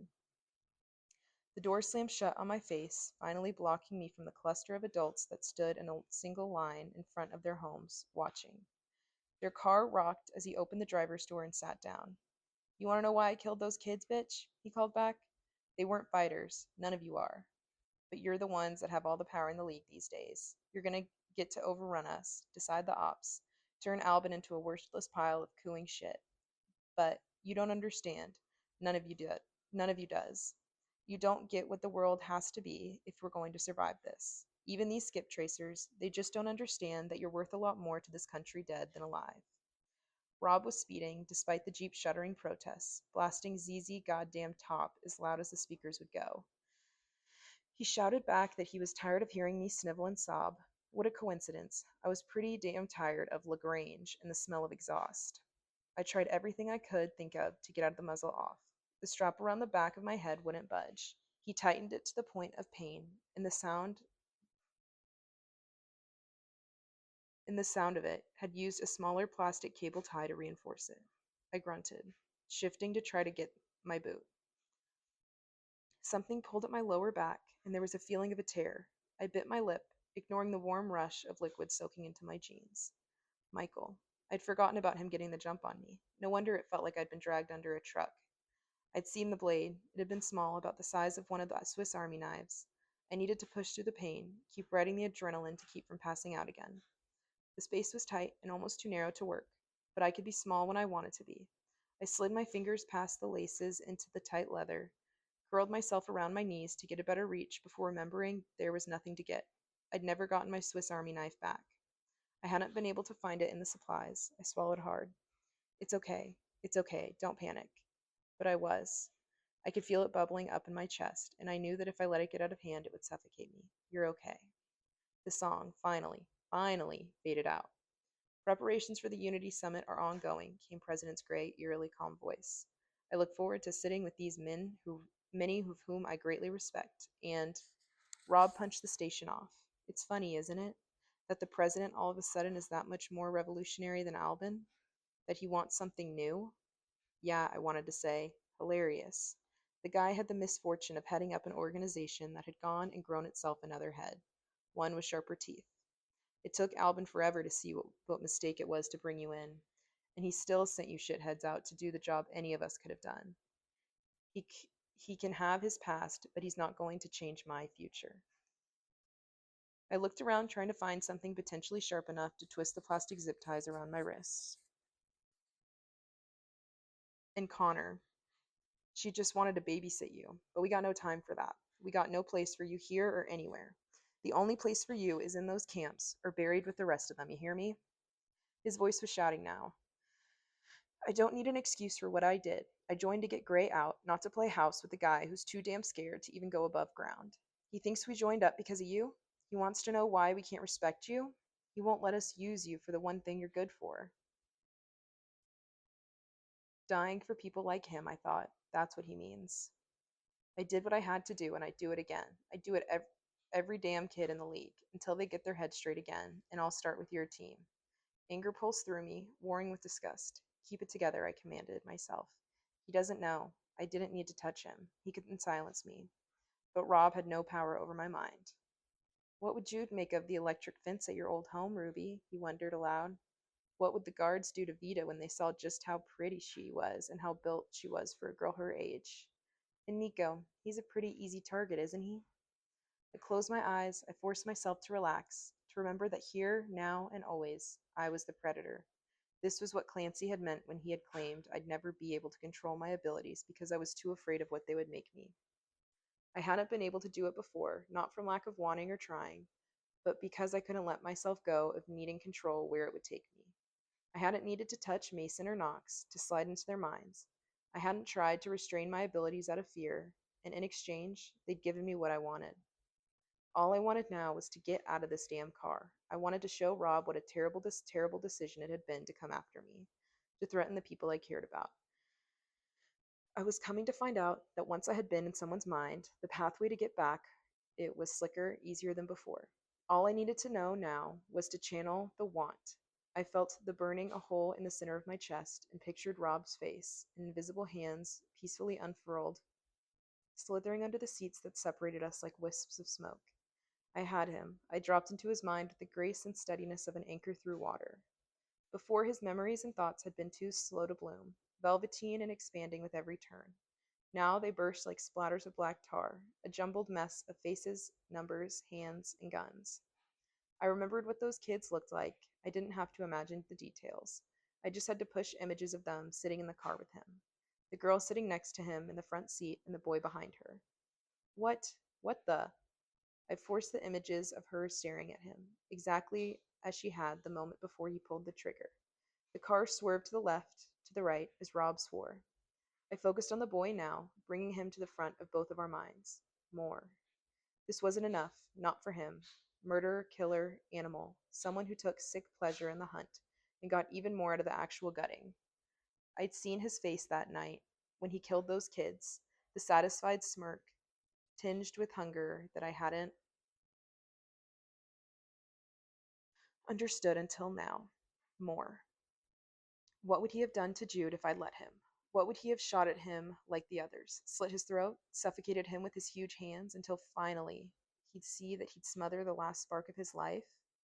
I made the girl reach for him, and he saw it happen all over again, just like I had, the way her right eye socket had cracked as the bullet tore through it. A spray of blood came up to splatter his face and the windshield, and the hallucination was so strong, so deliciously powerful, that the car swerved and I heard the windshield wipers turn on. Stop it, he shouted. God damn it, stop it. I pictured the girl reaching over, running a hand along his arm, and because his mind told him he felt her, he did. The car jerked wildly to the left as he tried to get away from her. More. He'd killed those kids, but it wasn't even just that. First, he'd broken them out of their camp. He'd given them the hope of freedom, of seeing their families again one day. He'd taken their dreams and crushed them. I know what you're doing, he snarled. I know it's you. A thrill of satisfaction sang through me with his first ragged gasp.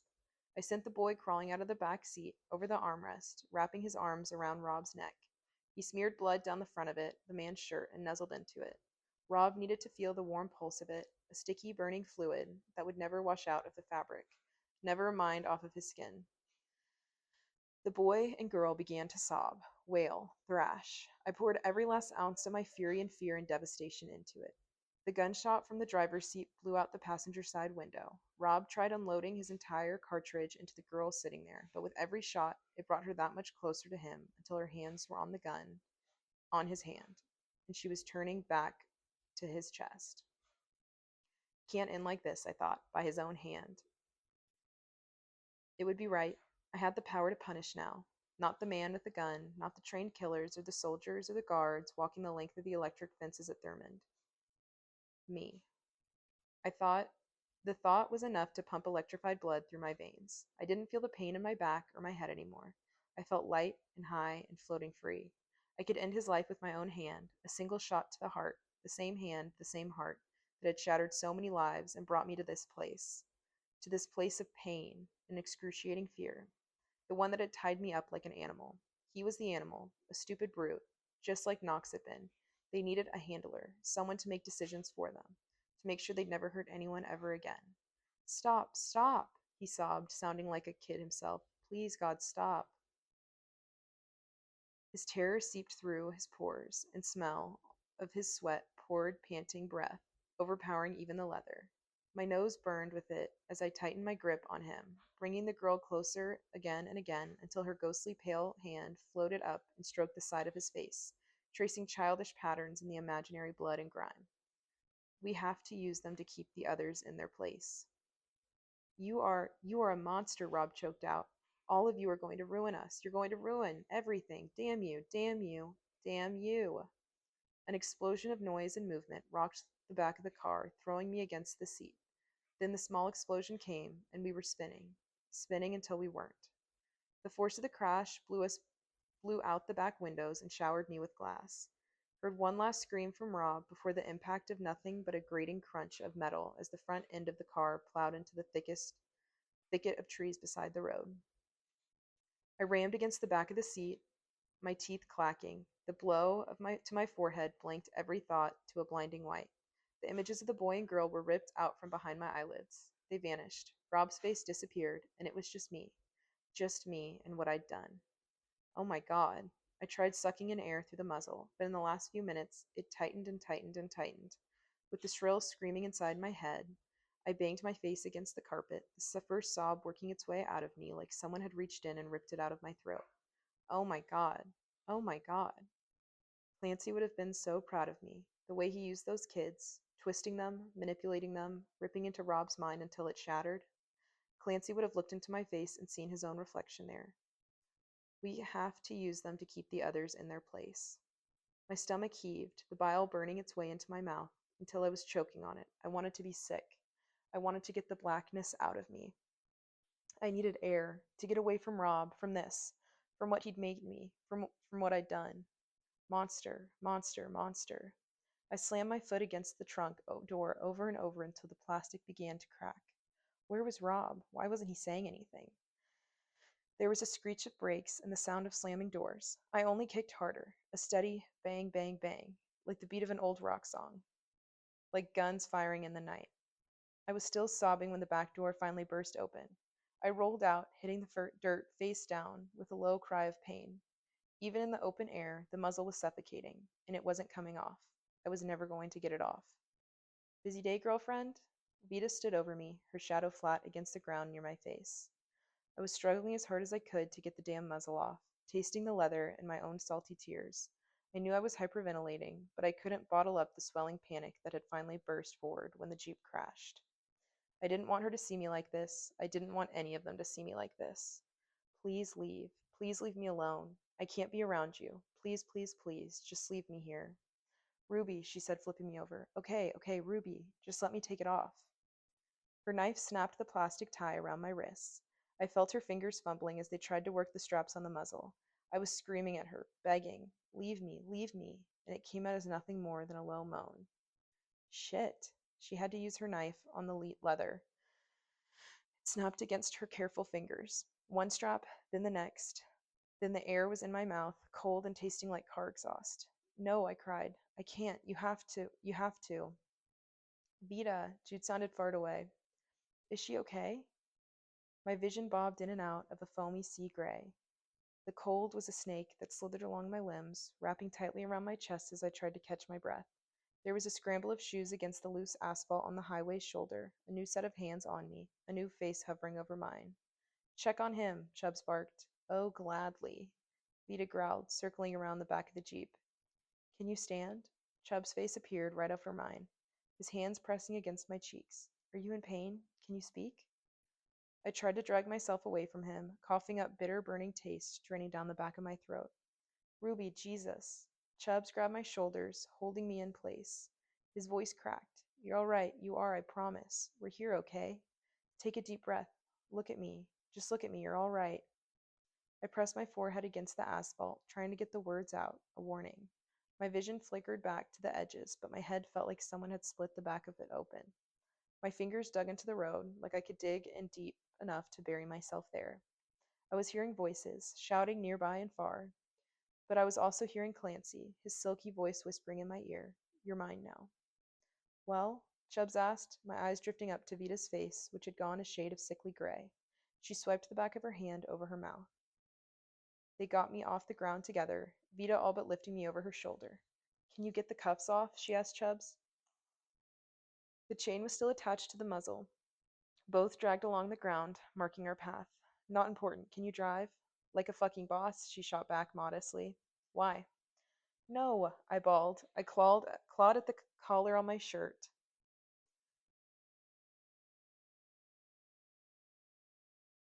trying to keep the fabric from tightening into a choking collar. No, you don't have. You have to leave me. Rude, Jude was shouting. What's wrong with her? Get the door, Chubbs ordered. Not you. Not you, idiot. Stay in the car. Is she okay, Chubbs? Liam. That was Liam, wasn't it? It sounded like him. The old him. At the other end of the tunnel. How was that possible? The medicine? The back door opened and Chubbs crawled in first, dragging me across the seat after him.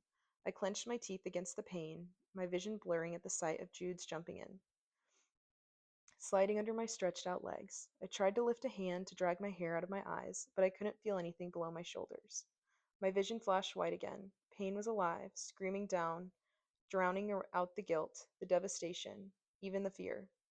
And I knew I was going. I was gone, because it sounded like Liam was screaming too. Chubbs! I turned my head, watching as a great white hand smashed against the metal grating. Liam was pleading, and his voice was agonizing to hear as the rough coughing that followed. Stop it, you're hurting her. Oh, hell no, you are not opening that door, Vita yelled. Sit your ass down, Blondie, or I'll trank it. Where? Chubbs was asking, his hands smoothing the hair off my back and neck. I didn't understand what he meant until Jude said, in the back. I don't know how bad it is, but he got her. The car zipped back, bouncing until it hit the smooth surface of the highway. Then we were flying towards with a startled protest from Chubbs. Is she okay? Is she hurt? Jesus, Chubbs, just tell me. Chubbs shoved my sweater and shirt up, exposing my back to the warm air blowing out of the vents. There was a surprised hiss, but I wasn't sure if it had come from him or me. His fingers felt like ice as they pressed down at the beating center of the pain. Oh my God, Jude cried. He was holding my legs across his lap, hugging them to his chest. Rue, I'm sorry, I didn't know. What? Liam begged. Is she okay? Chubbs didn't lie, or at least when he did, they were important lies, usually to protect one or all of us. But we were Team Reality. The two of us, we generally didn't sugarcoat things. It must have been bad then, because he decided not to answer at all. What about the guy? He asked. Whatever he put against my back was freezing, and then without warning began to sting. Cleaning the wound, I thought, my vision swimming. He won't be causing any problems, Vita said. Not anymore. What do you mean? Chubbs demanded.